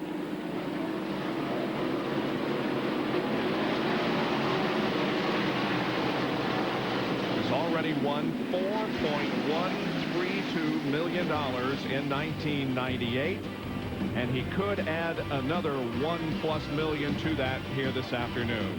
But this race is far from over. Anything can happen, especially at Darlington. More in just a moment.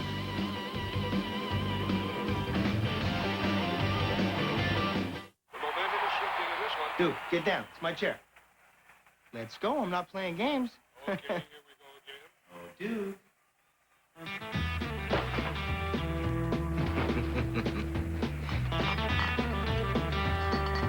He's got him right where he wants it.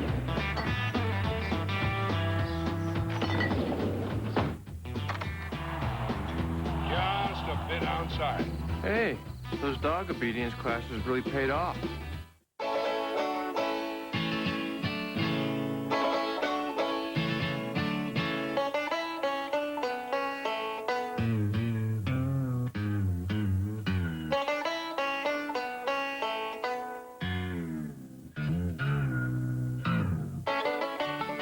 Even at 475 degrees, nothing outperforms Mobil 1. Mobil 1 0W30. Superior protection when you start your car. Let me tell you a story about the trucks that never sleep. Got an early one, huh? I better fill it up. It's the tough new line of Ford F-Series. With over 50 different models to custom fit the job. That's more than anyone else. And they all come with power you can count on. They're like some trusty sidekick in an old Western. Except this movie never ends. See you tomorrow. You can count on it. Ford F-Series. The most powerful, most complete line of trucks ever built Ford top. Bob Jenkins, Benny Parsons, Ned Jarrett, John Kernan, Bill Weber, and Dr. Jerry Punch return to Darlington Raceway in South Carolina for the Pepsi Southern 500. Jeff Gordon completes lap number 351 and has a 1.1 second lead on Jeff Burton. Look at the graphic. In the first 10 races of 1998, Jeff was having a tremendous season. The last 13 races have even been better. Average finish of fourth. Fourth in the last 13 races. That is absolutely phenomenal. We see Ernie Irvin there in the Skittles car. He's running in 6th place, and now Jeff has put him 2 laps down. Another statistic, Gordon is trying to win his 6th race in the last 7 events. The only blemish was a miserable 5th place finish, if you want to call it that, at Bristol. But Jeff Burton is not letting him get away. He's staying about the same. He's about a second behind. He's staying right there, about the same distance. In fact, the last lap, he was a mile an hour faster than was Gordon. And so, yeah, don't count him out yet. Maybe he just back off a little bit to cool his tires. Yep. Take a deep breath and get himself in shape for these last 15 laps. Jeff Burton has 4 career wins. His most recent was in July of this year at New Hampshire.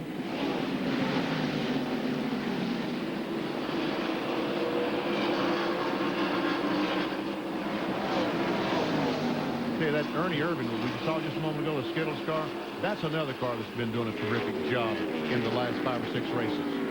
Sure have. Sat on a couple of poles. Yep. And led a lot of laps at Michigan. And just really has been good. Had a good run here today. Because last time Jeff Burton was a 2nd and a quarter back. Now he's a little over 2nd and a half. So he is now losing a little ground to Jeff Gordon. Yeah, the last time Gordon was almost 2 miles an hour faster on that lap than was the 99 car.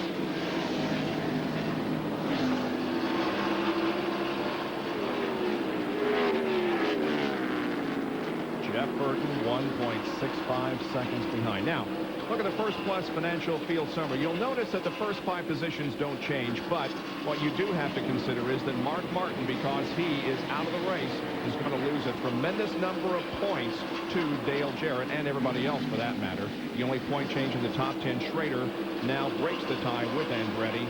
Ernie Irvin would move up 2. Bobby Hamilton would fall 2.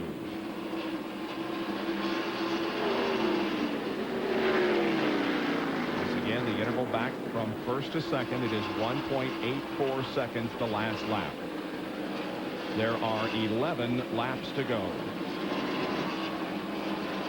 Darrell Waltrip going slow down on the inside. You see him headed towards the pits, apparently on the backstretch. But his car looks like it's coasting. I don't know if he has an engine problem or something happened, but he's not going in at the normal rate of speed. This was his 51st start here at Darlington. 5 wins to his credit for Darrell Waltrip. He's won the spring race 4 times and won the Southern 500 back in 1992. Tabasco Pontiac finding its pit stall over on the backstretch as Jeff Gordon now has 10 laps to go.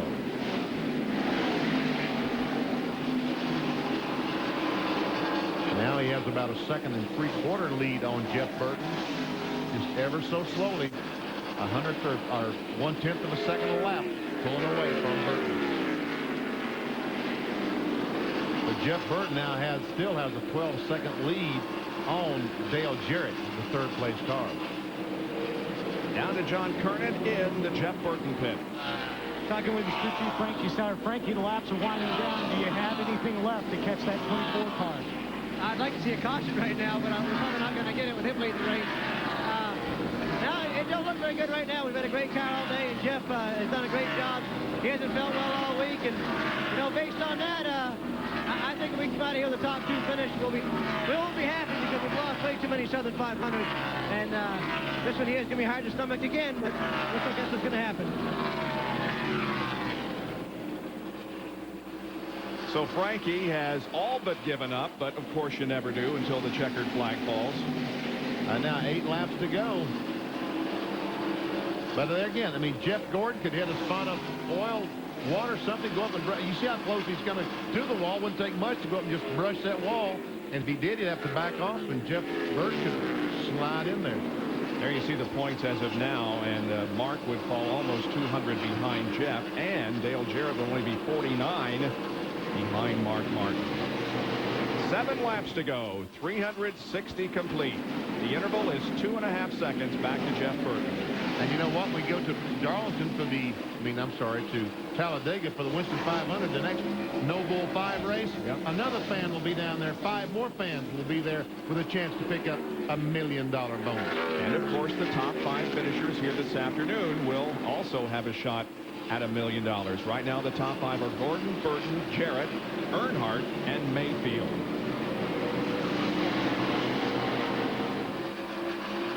Counting down 6 more laps as he goes by Steve Bart. Steve running in 24th position, 5 laps down. Never before has a driver won 4 straight events in NASCAR Winston Cup modern history. But Jeff Gordon is en route to do that today. And again, Ray Evernham looks as calm and as cool as a cucumber, doesn't he? Yeah, counting those laps down. Saying a prayer. I wonder if he watches his car when he goes by or just stares off into space. There's our second place car. Jeff Burton now 2 3/4 seconds behind Jeff Gordon, the leader.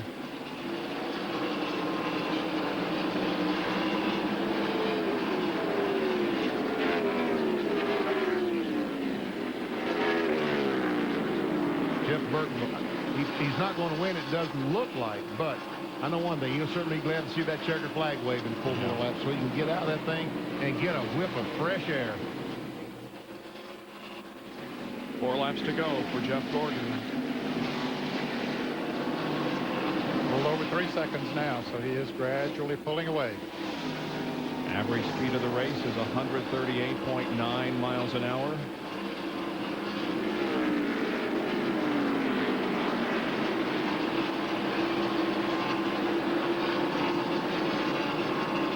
Here comes off the corner. 1 more. 3 laps to go.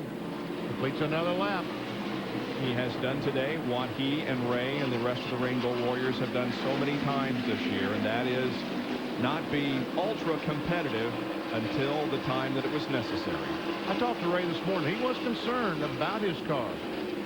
Didn't feel like they were right. They're going to have to make some changes, and as the day wore on, and obviously made the proper changes.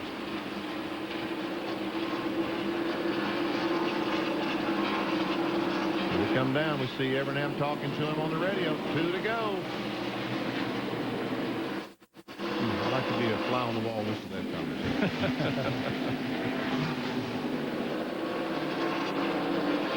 What an incredible career he has in NASCAR Winston Cup competition, and he's so young.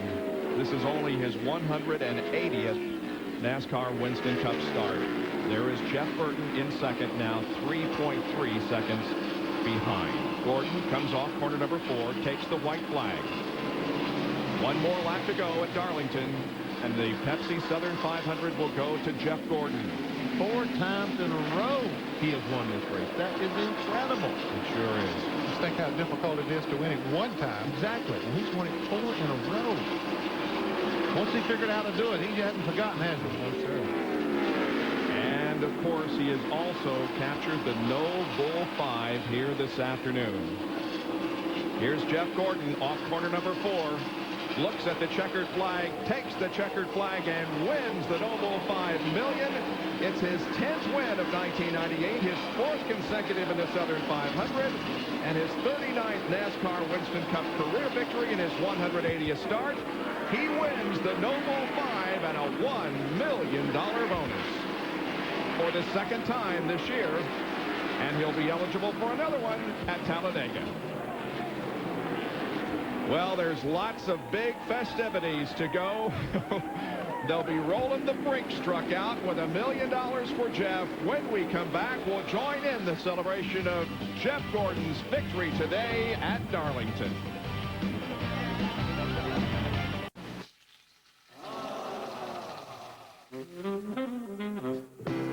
The wave's up about 2 feet. The green flag is... There's an exciting new website that will give you the best of all of Hampton Roads and the best of the internet. More entertainment, more people, more of what you need to know about Hampton Roads. A great new way to tap into all of Hampton Roads through the internet. Just for people like you.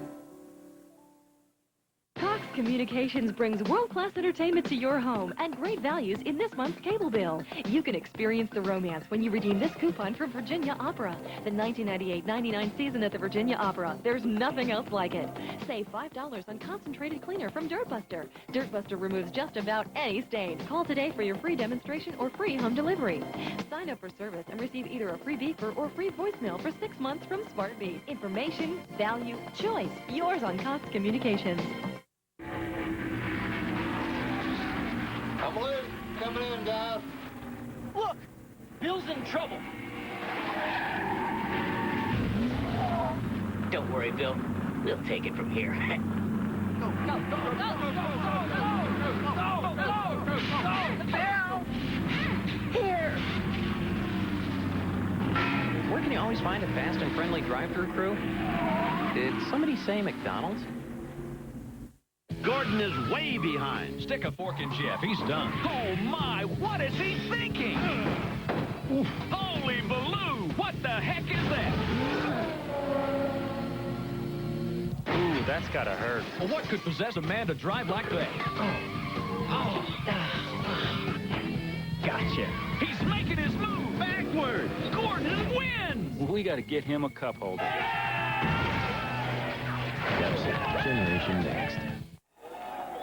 What an incredible sight here at Darlington Raceway. Jeff Gordon on his cool-down lap behind the Brinks truck as they they shovel out millions of dollars because Jeff has won once again the No Bull 5 million. Already $4.1 million coming into this race. He exceeds $5 million in winnings in 1998 alone. Yes. Bill is with Ray Evernham. As he takes the victorious walk down pit road with his crew to some cheering fans. 4 straight Southern 500s and another $1 million. Congratulations. Thanks, Bill. I got to thank God because it's been a tough week, and I just kept praying for the strength to not get involved in all that. And I did the best thing. I concentrated on what I had to do, what it would take to win this race. How tough a week was it, Ray? It was pretty tough, you know. It's been a lot of mudslinging, I guess, but just, you know, everybody kept telling me, and like I said, I just kept praying for the strength to stay above it and focus real hard on the job. And if we could come here and do this, that maybe everybody realized. Your car was excellent after your final stop. What did you do to it? Air. It was just air, Jack. Just air. Ray trots off toward victory lane as Jeff Gordon's car has approached the victory lane area and now is being wheeled in. Man, oh man. Sacks and sacks full of money. More than I could ever imagine. That is some kind of an accomplishment. 10 wins, 4 in a row here. Brooke congratulates her husband. He takes off the steering wheel and is about to emerge from the DuPont finishes Chevy. Okay, come on out.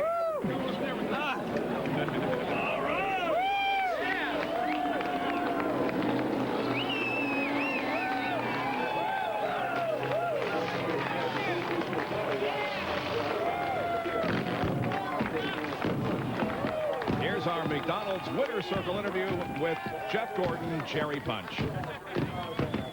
Oh, here's Ray Evernham going to hoist this guy in the air. They're going to have a Pepsi celebration here. Why not? The kind of effort they put in today and the kind of week they've had to endure. He thought he was going to kiss Brooke, but Ray got there first. Oh, what an effort. He gives his wife Brooke a big hug, and Jeff, you are absolutely remarkable. 4 Southern 500s in a row. 4 Southern 500s in a row. Congratulations. I'm absolutely beat, I tell you what. Hot day out there. Those closing laps, all I could do is just thank God. I don't know why he's blessing me the way he is in this team, but I sure am thankful, and certainly can't do it without a lot of great people. My goodness, Ray Evernham just did an awesome job today, kept me calm. I was tight, I was loose. You know, I finally just got the thing pretty good there at the end. Those guys made some great pit stops. Thought Jeff Burton was just playing with me there. He was so fast. but on the long runs, we were really good, and we were able to get them. And I want to thank Pepsi. This is a Pepsi race.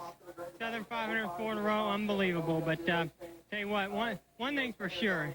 We came here to make a statement, and I think we certainly did that. You know, no two tires, no nothing. We just, you know, out-teamed them today. And I hope that everybody recognizes just how awesome this race team is. And we certainly can't do it without DuPont Automotive Finishes, Quaker State, Goodyear, and this Chevy Monte Carlo is awesome.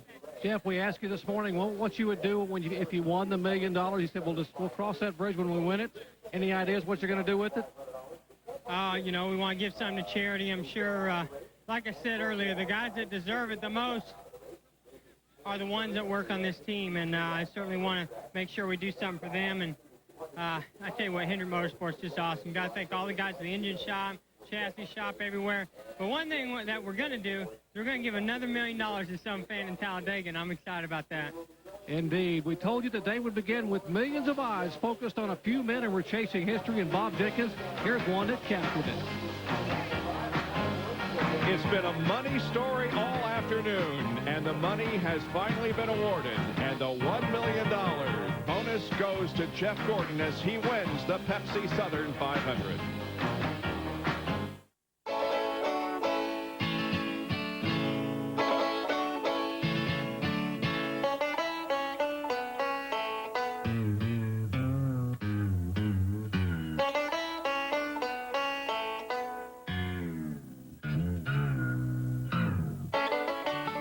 Even at 35 degrees below zero, nothing outperforms Mobil 1. Mobil 1 0W30. Superior protection when you start your car. This is no ordinary leather jacket. Because when you put it on, you're not just saying you're a NASCAR fan. You're saying you care about kids. Buy any Exide NASCAR Select battery in 1998 and get the special 50th anniversary NASCAR jacket for just $150. And on behalf of NASCAR fans everywhere, Exide will donate all profits to Give Kids the World Foundation. The special edition 50th anniversary NASCAR jacket. Look for details wherever Exide NASCAR Select is sold. Nice jacket. It's ESPN Sunday Night Football, ladies and gents, with the Raiders and the Chiefs. He's not a pirate, you stoop. He's a Raider. He's a bloodthirsty pirate, a swashbuckler. He's ready for battle. Yeah, but he's wearing an eye patch. He can't even see straight. Got a knife in his mouth. He's fearsome. The knife isn't in his mouth. It's through his helmet. Another good point. Is everyone against me? ESPN Sunday Night Football, the Raiders against the Chiefs. Coverage begins at 8:15. ESPN SpeedWorld coverage of the Pepsi Southern 500 from Darlington Raceway in South Carolina, being brought to you by Brewery Fresh Budweiser, official beer of NASCAR. Hey, race fans, this Bud's for you. By Ford, maker of vehicles that are built to last. And by Exide NASCAR Select, the official automotive battery of NASCAR. Take a look at the results. The arrows indicate drivers who led a lap. The double arrows for Jeff Burton, who led the most laps. And while you're looking over the results, listen to these statistics. The all-time highest winning percentage victories in NASCAR Winston Cup competition, Tim Flock, 21.2% of the races won. Jeff Gordon's percentage is now 21.7. Wow. See, Mark Martin today, after his problems, will finish in 40th place. We check the points now. And that finish by Mark certainly hurt him in the point standing, dropped from 199 behind. 248 behind is Dale Jarrett.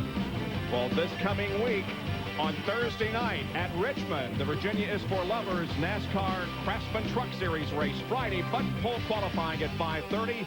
The Busch race, the Autolite Platinum 250, is at 7:30 here on ESPN. Then Saturday, RPM tonight at 5:30. NASCAR today at 7 o'clock. And the Exide NASCAR Select Batteries 400 from Richmond is at 7:30 Eastern Time on Saturday night. Don't forget, more auto racing coming up for you.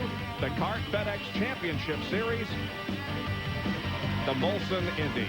Our congratulations to Jeff Gordon, who has won the Noble 5 here this afternoon for the second time in 1998. My thanks to Ned Jarrett, Benny Parsons, John Kernan, Bill Weber, and Dr. Jerry Punch. This is Bob Jenkins thanking you for being with us here this afternoon. We'll see you in Richmond. This has been a presentation of ESPN, the worldwide leader in sports.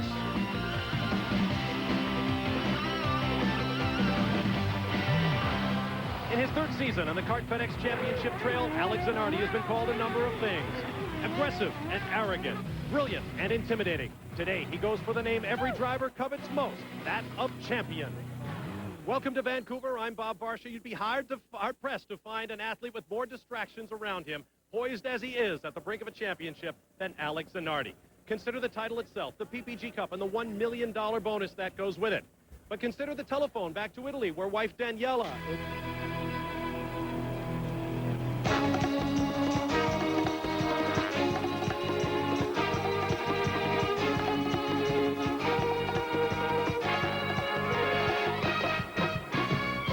People, look here. They say he's a magic man from Michigan. Here he is, the magic man from Michigan. Just give him a great hand, people. That's fantastic fishing. He does it regularly. He has instincts like a cat. Big bass. New leader worth $1,000, people. 7 pounds, 6 ounces. How about that, huh? Oh, son. They call him the Kalamazoo Kid, the fastest lure slinger on the Bassmaster Tournament Trail. For sure, Kevin Van Dam's accurate and quick with the rod and reel. But there's more to his winning ways than a run-and-gun style. His record is impressive. A tour rookie in 1991, Kevin cashed a check in 23 straight tournaments. 2 BASS wins and twice capturing the coveted Angler of the Year crown puts Kevin at the peak of the professional bassing game. Every year since '91, he's qualified for the big show, the Bassmasters Classic World Finals. Seasoned pros marvel at his success. Other pros have only their own success tactics to blame. If there's such a thing as a bionic basser, it's Kevin Van Dam. He's a byproduct of reading Bassmaster magazine while growing up. Watch Kevin cast. Notice the quick underhand roll cast. Not even the master, Jimmy Houston, does it better, or more accurately. And Kevin admits his knowledge of seasonal patterns and quick decision-making instincts on the water are mirrored from the teaching of Rick Clunn, the 4-time Classic winner. See Kevin clip the key structure on a boat dock and watch a carbon copy of All-Pro Denny Brower at work. Select the best parts and winning traits of the greatest pros, add water, and we've got the secret mix to Kevin Van Dam's winning ways. And today we'll show you how you can learn firsthand. This is going to be a great how-to lesson in spinnerbait fishing, presented by one of the best instructors on bass fishing techniques. Get your notepad and pen. I'm Bob Cobb. Stay with us. The Bassmasters will be right back.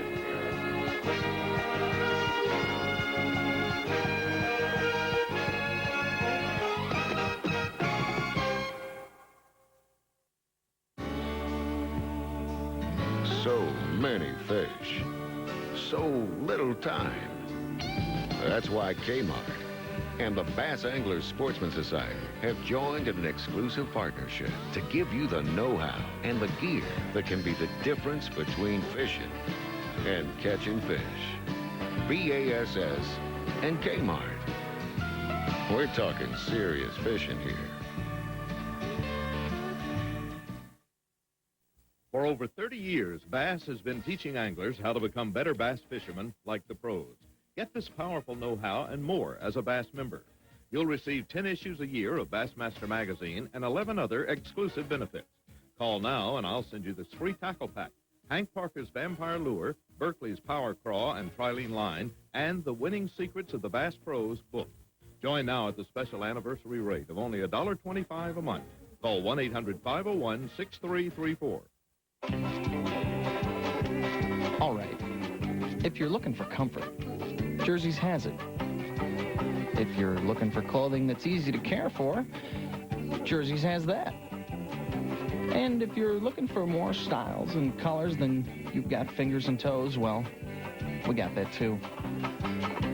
Can you believe it? That is what you want, isn't it? Jersey's. That's with a Z. Meet your new Excalibur fat-free shad fingerling. Like the Junior and the classic winning original, the smaller fingerling comes in both floating and suspending models. From the fingerling's 10-foot depth to the original 17 feet, fishing deep structure has never been easier. Excalibur rotating hooks, 3D eyes, rattles, and a signature that guarantees true running in every lure. When you want them to eat, put them on a Bill Dance diet of Excalibur fat-free sheds.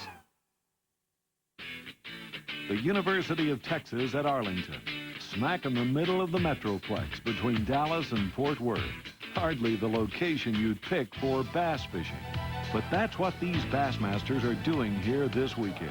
They're going back to school to learn bass fishing techniques firsthand from the experts, the top-ranked professional bass anglers. This two-day course, sponsored by the Bass Angler Sportsman Society, is one of 39 such university and college-sponsored programs this season across 27 states and Ontario, Canada.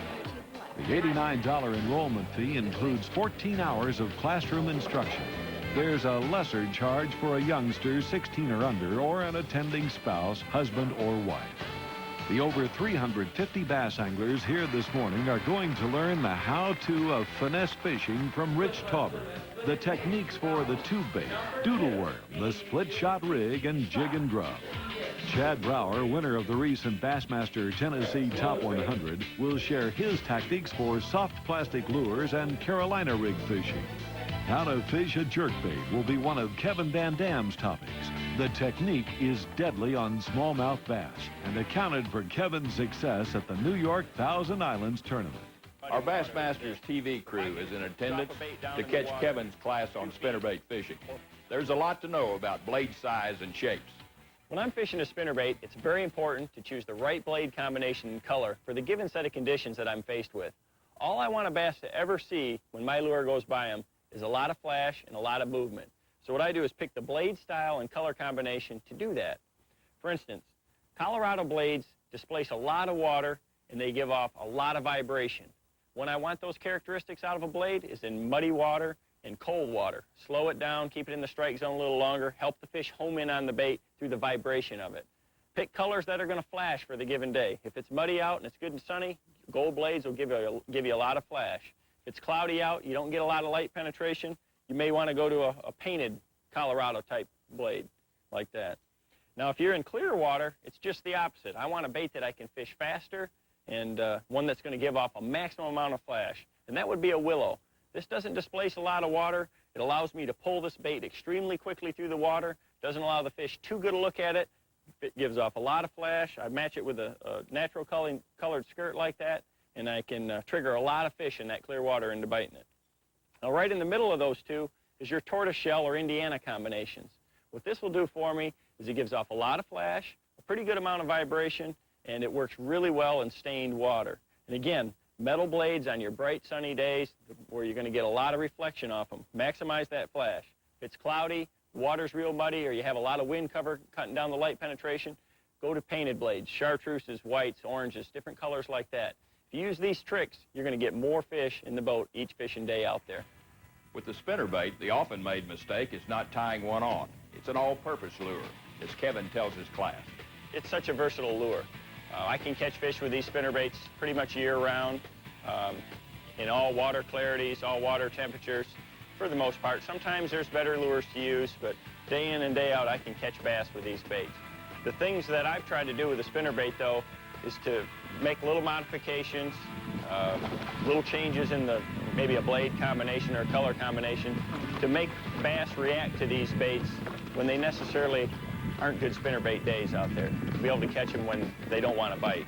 And that's probably the hardest thing to do in bass fishing.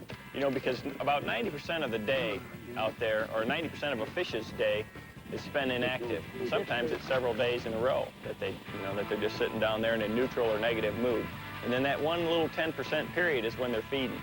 And, that's easy to catch them when they're feeding. You can throw about anything and they're going to bite. But the rest of the time, we have to do something to trigger that fish into biting. And that's a lot of what I'm going to go over with you today is some of the triggering qualities of the bait and how to do that in your own fishing. If you've got real clear water and it's fairly warm, I want to move a spinnerbait a lot quicker. I don't want to give a bass a lot of time to look at a bait. I want them just to react to it. So that's when you want a faster presentation, and I'd choose willow-type blades. But vice versa, if I was fishing in cold water or muddy water, you got to slow your presentation down.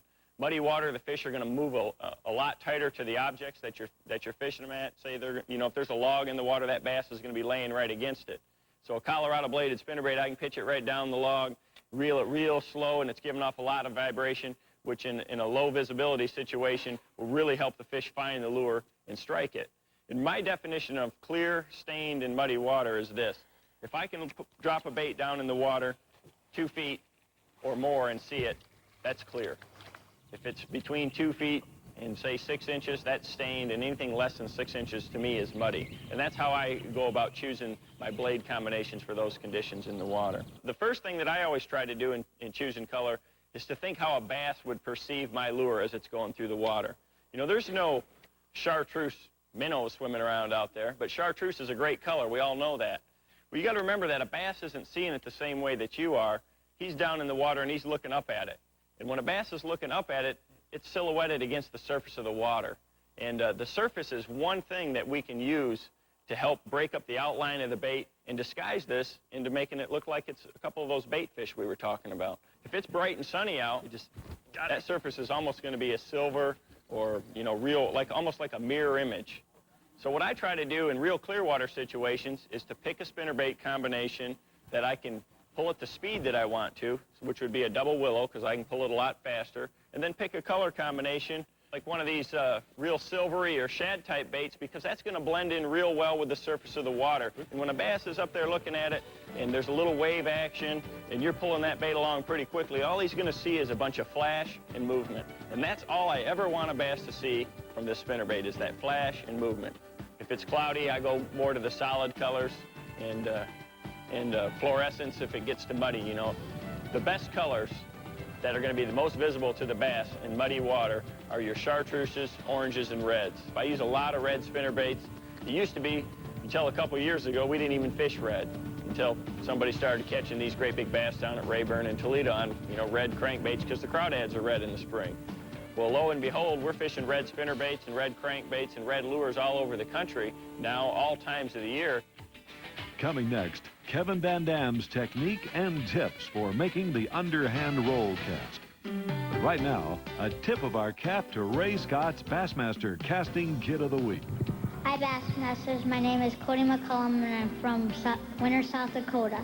All right. Being from a hometown named Winter is a tip-off to Cody McCollum's ability with a rod and reel. This 9-year-old won the Northern Division cast-off to reach the finals for the 7 to 10 age casting kids. In the Nationals, Cody tied for third. Over 150,000 boys and girls ages 7 to 14 competed last year to flip, pitch, and cast at 10, 20, and 30-foot targets. For information, call this number. The Borderline Bassmasters sponsored Cody McCollum, a good casting kid.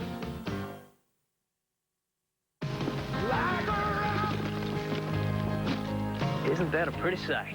So how many miles?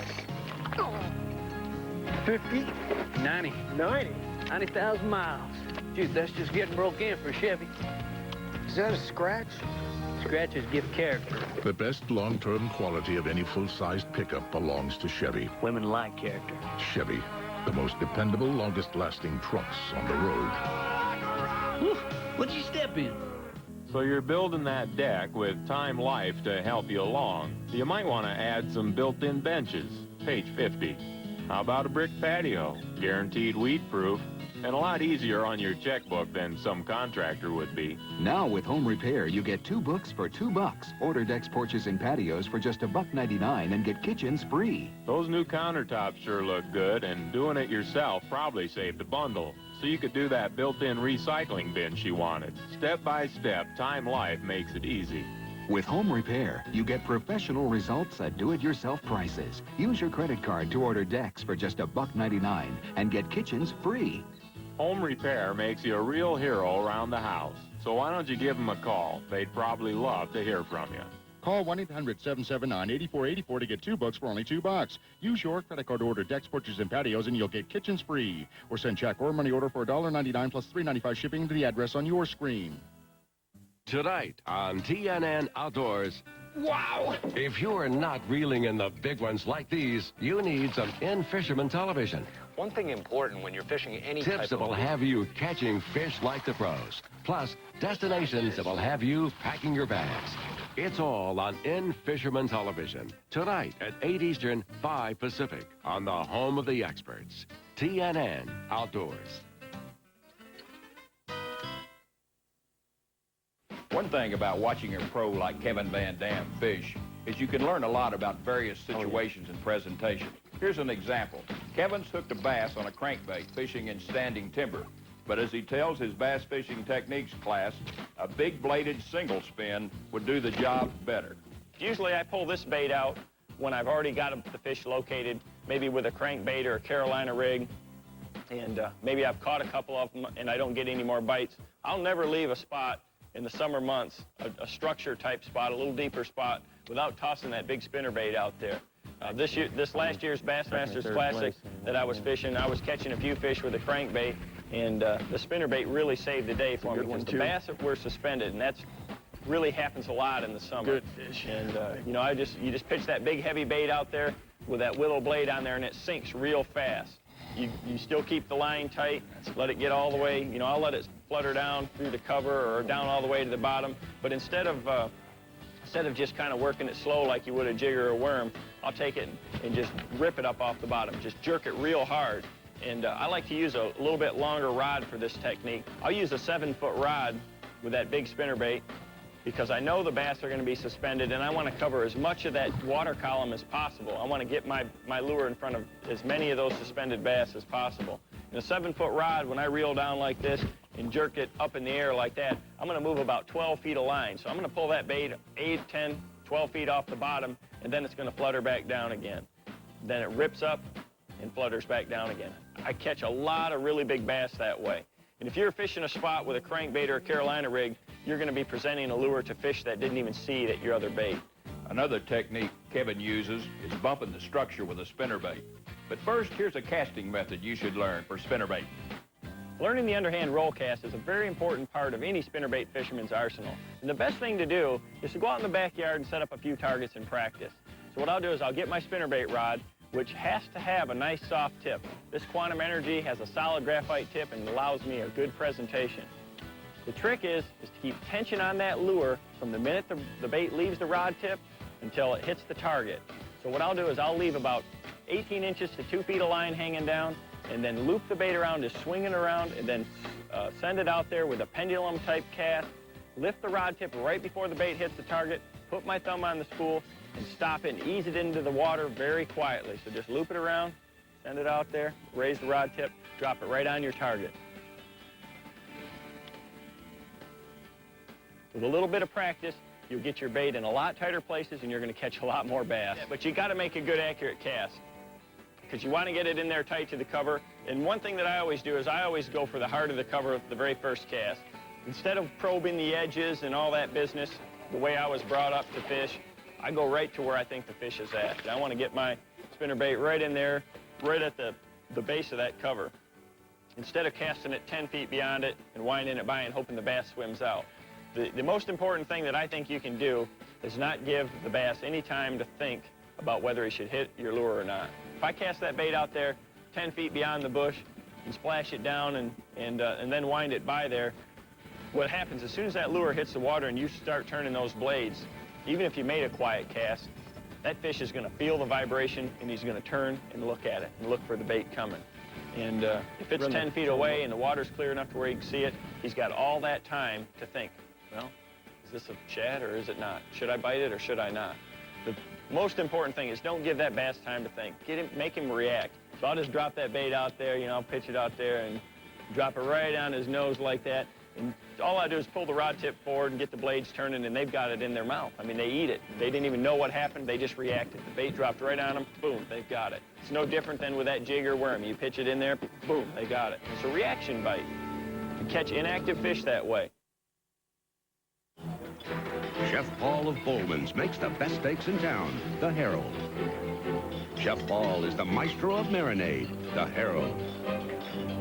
Chef Paul's reputation is built on his marinade alone, the Herald. Chef Paul's secret ingredient is actually A1. Chef Paul questioned about missing assistant, the Herald. The secret to great steak isn't just for great steakhouses anymore. A1, a marinade, a seasoning, a 136-year-old secret. In Denton, Texas, a lot of folks who work on their cars go to AutoZone because they know they're going to find quality parts, low prices, great selection, and good people like Tom Robinson. You see, Tom's the kind of guy who really likes to help folks out. And since he's been around cars most all his life, he knows his parts, too. Oh, sure, there are other parts stores in town, but when it comes to getting the right part, the right price, and good advice from folks like Tom, there's just no place better than AutoZone.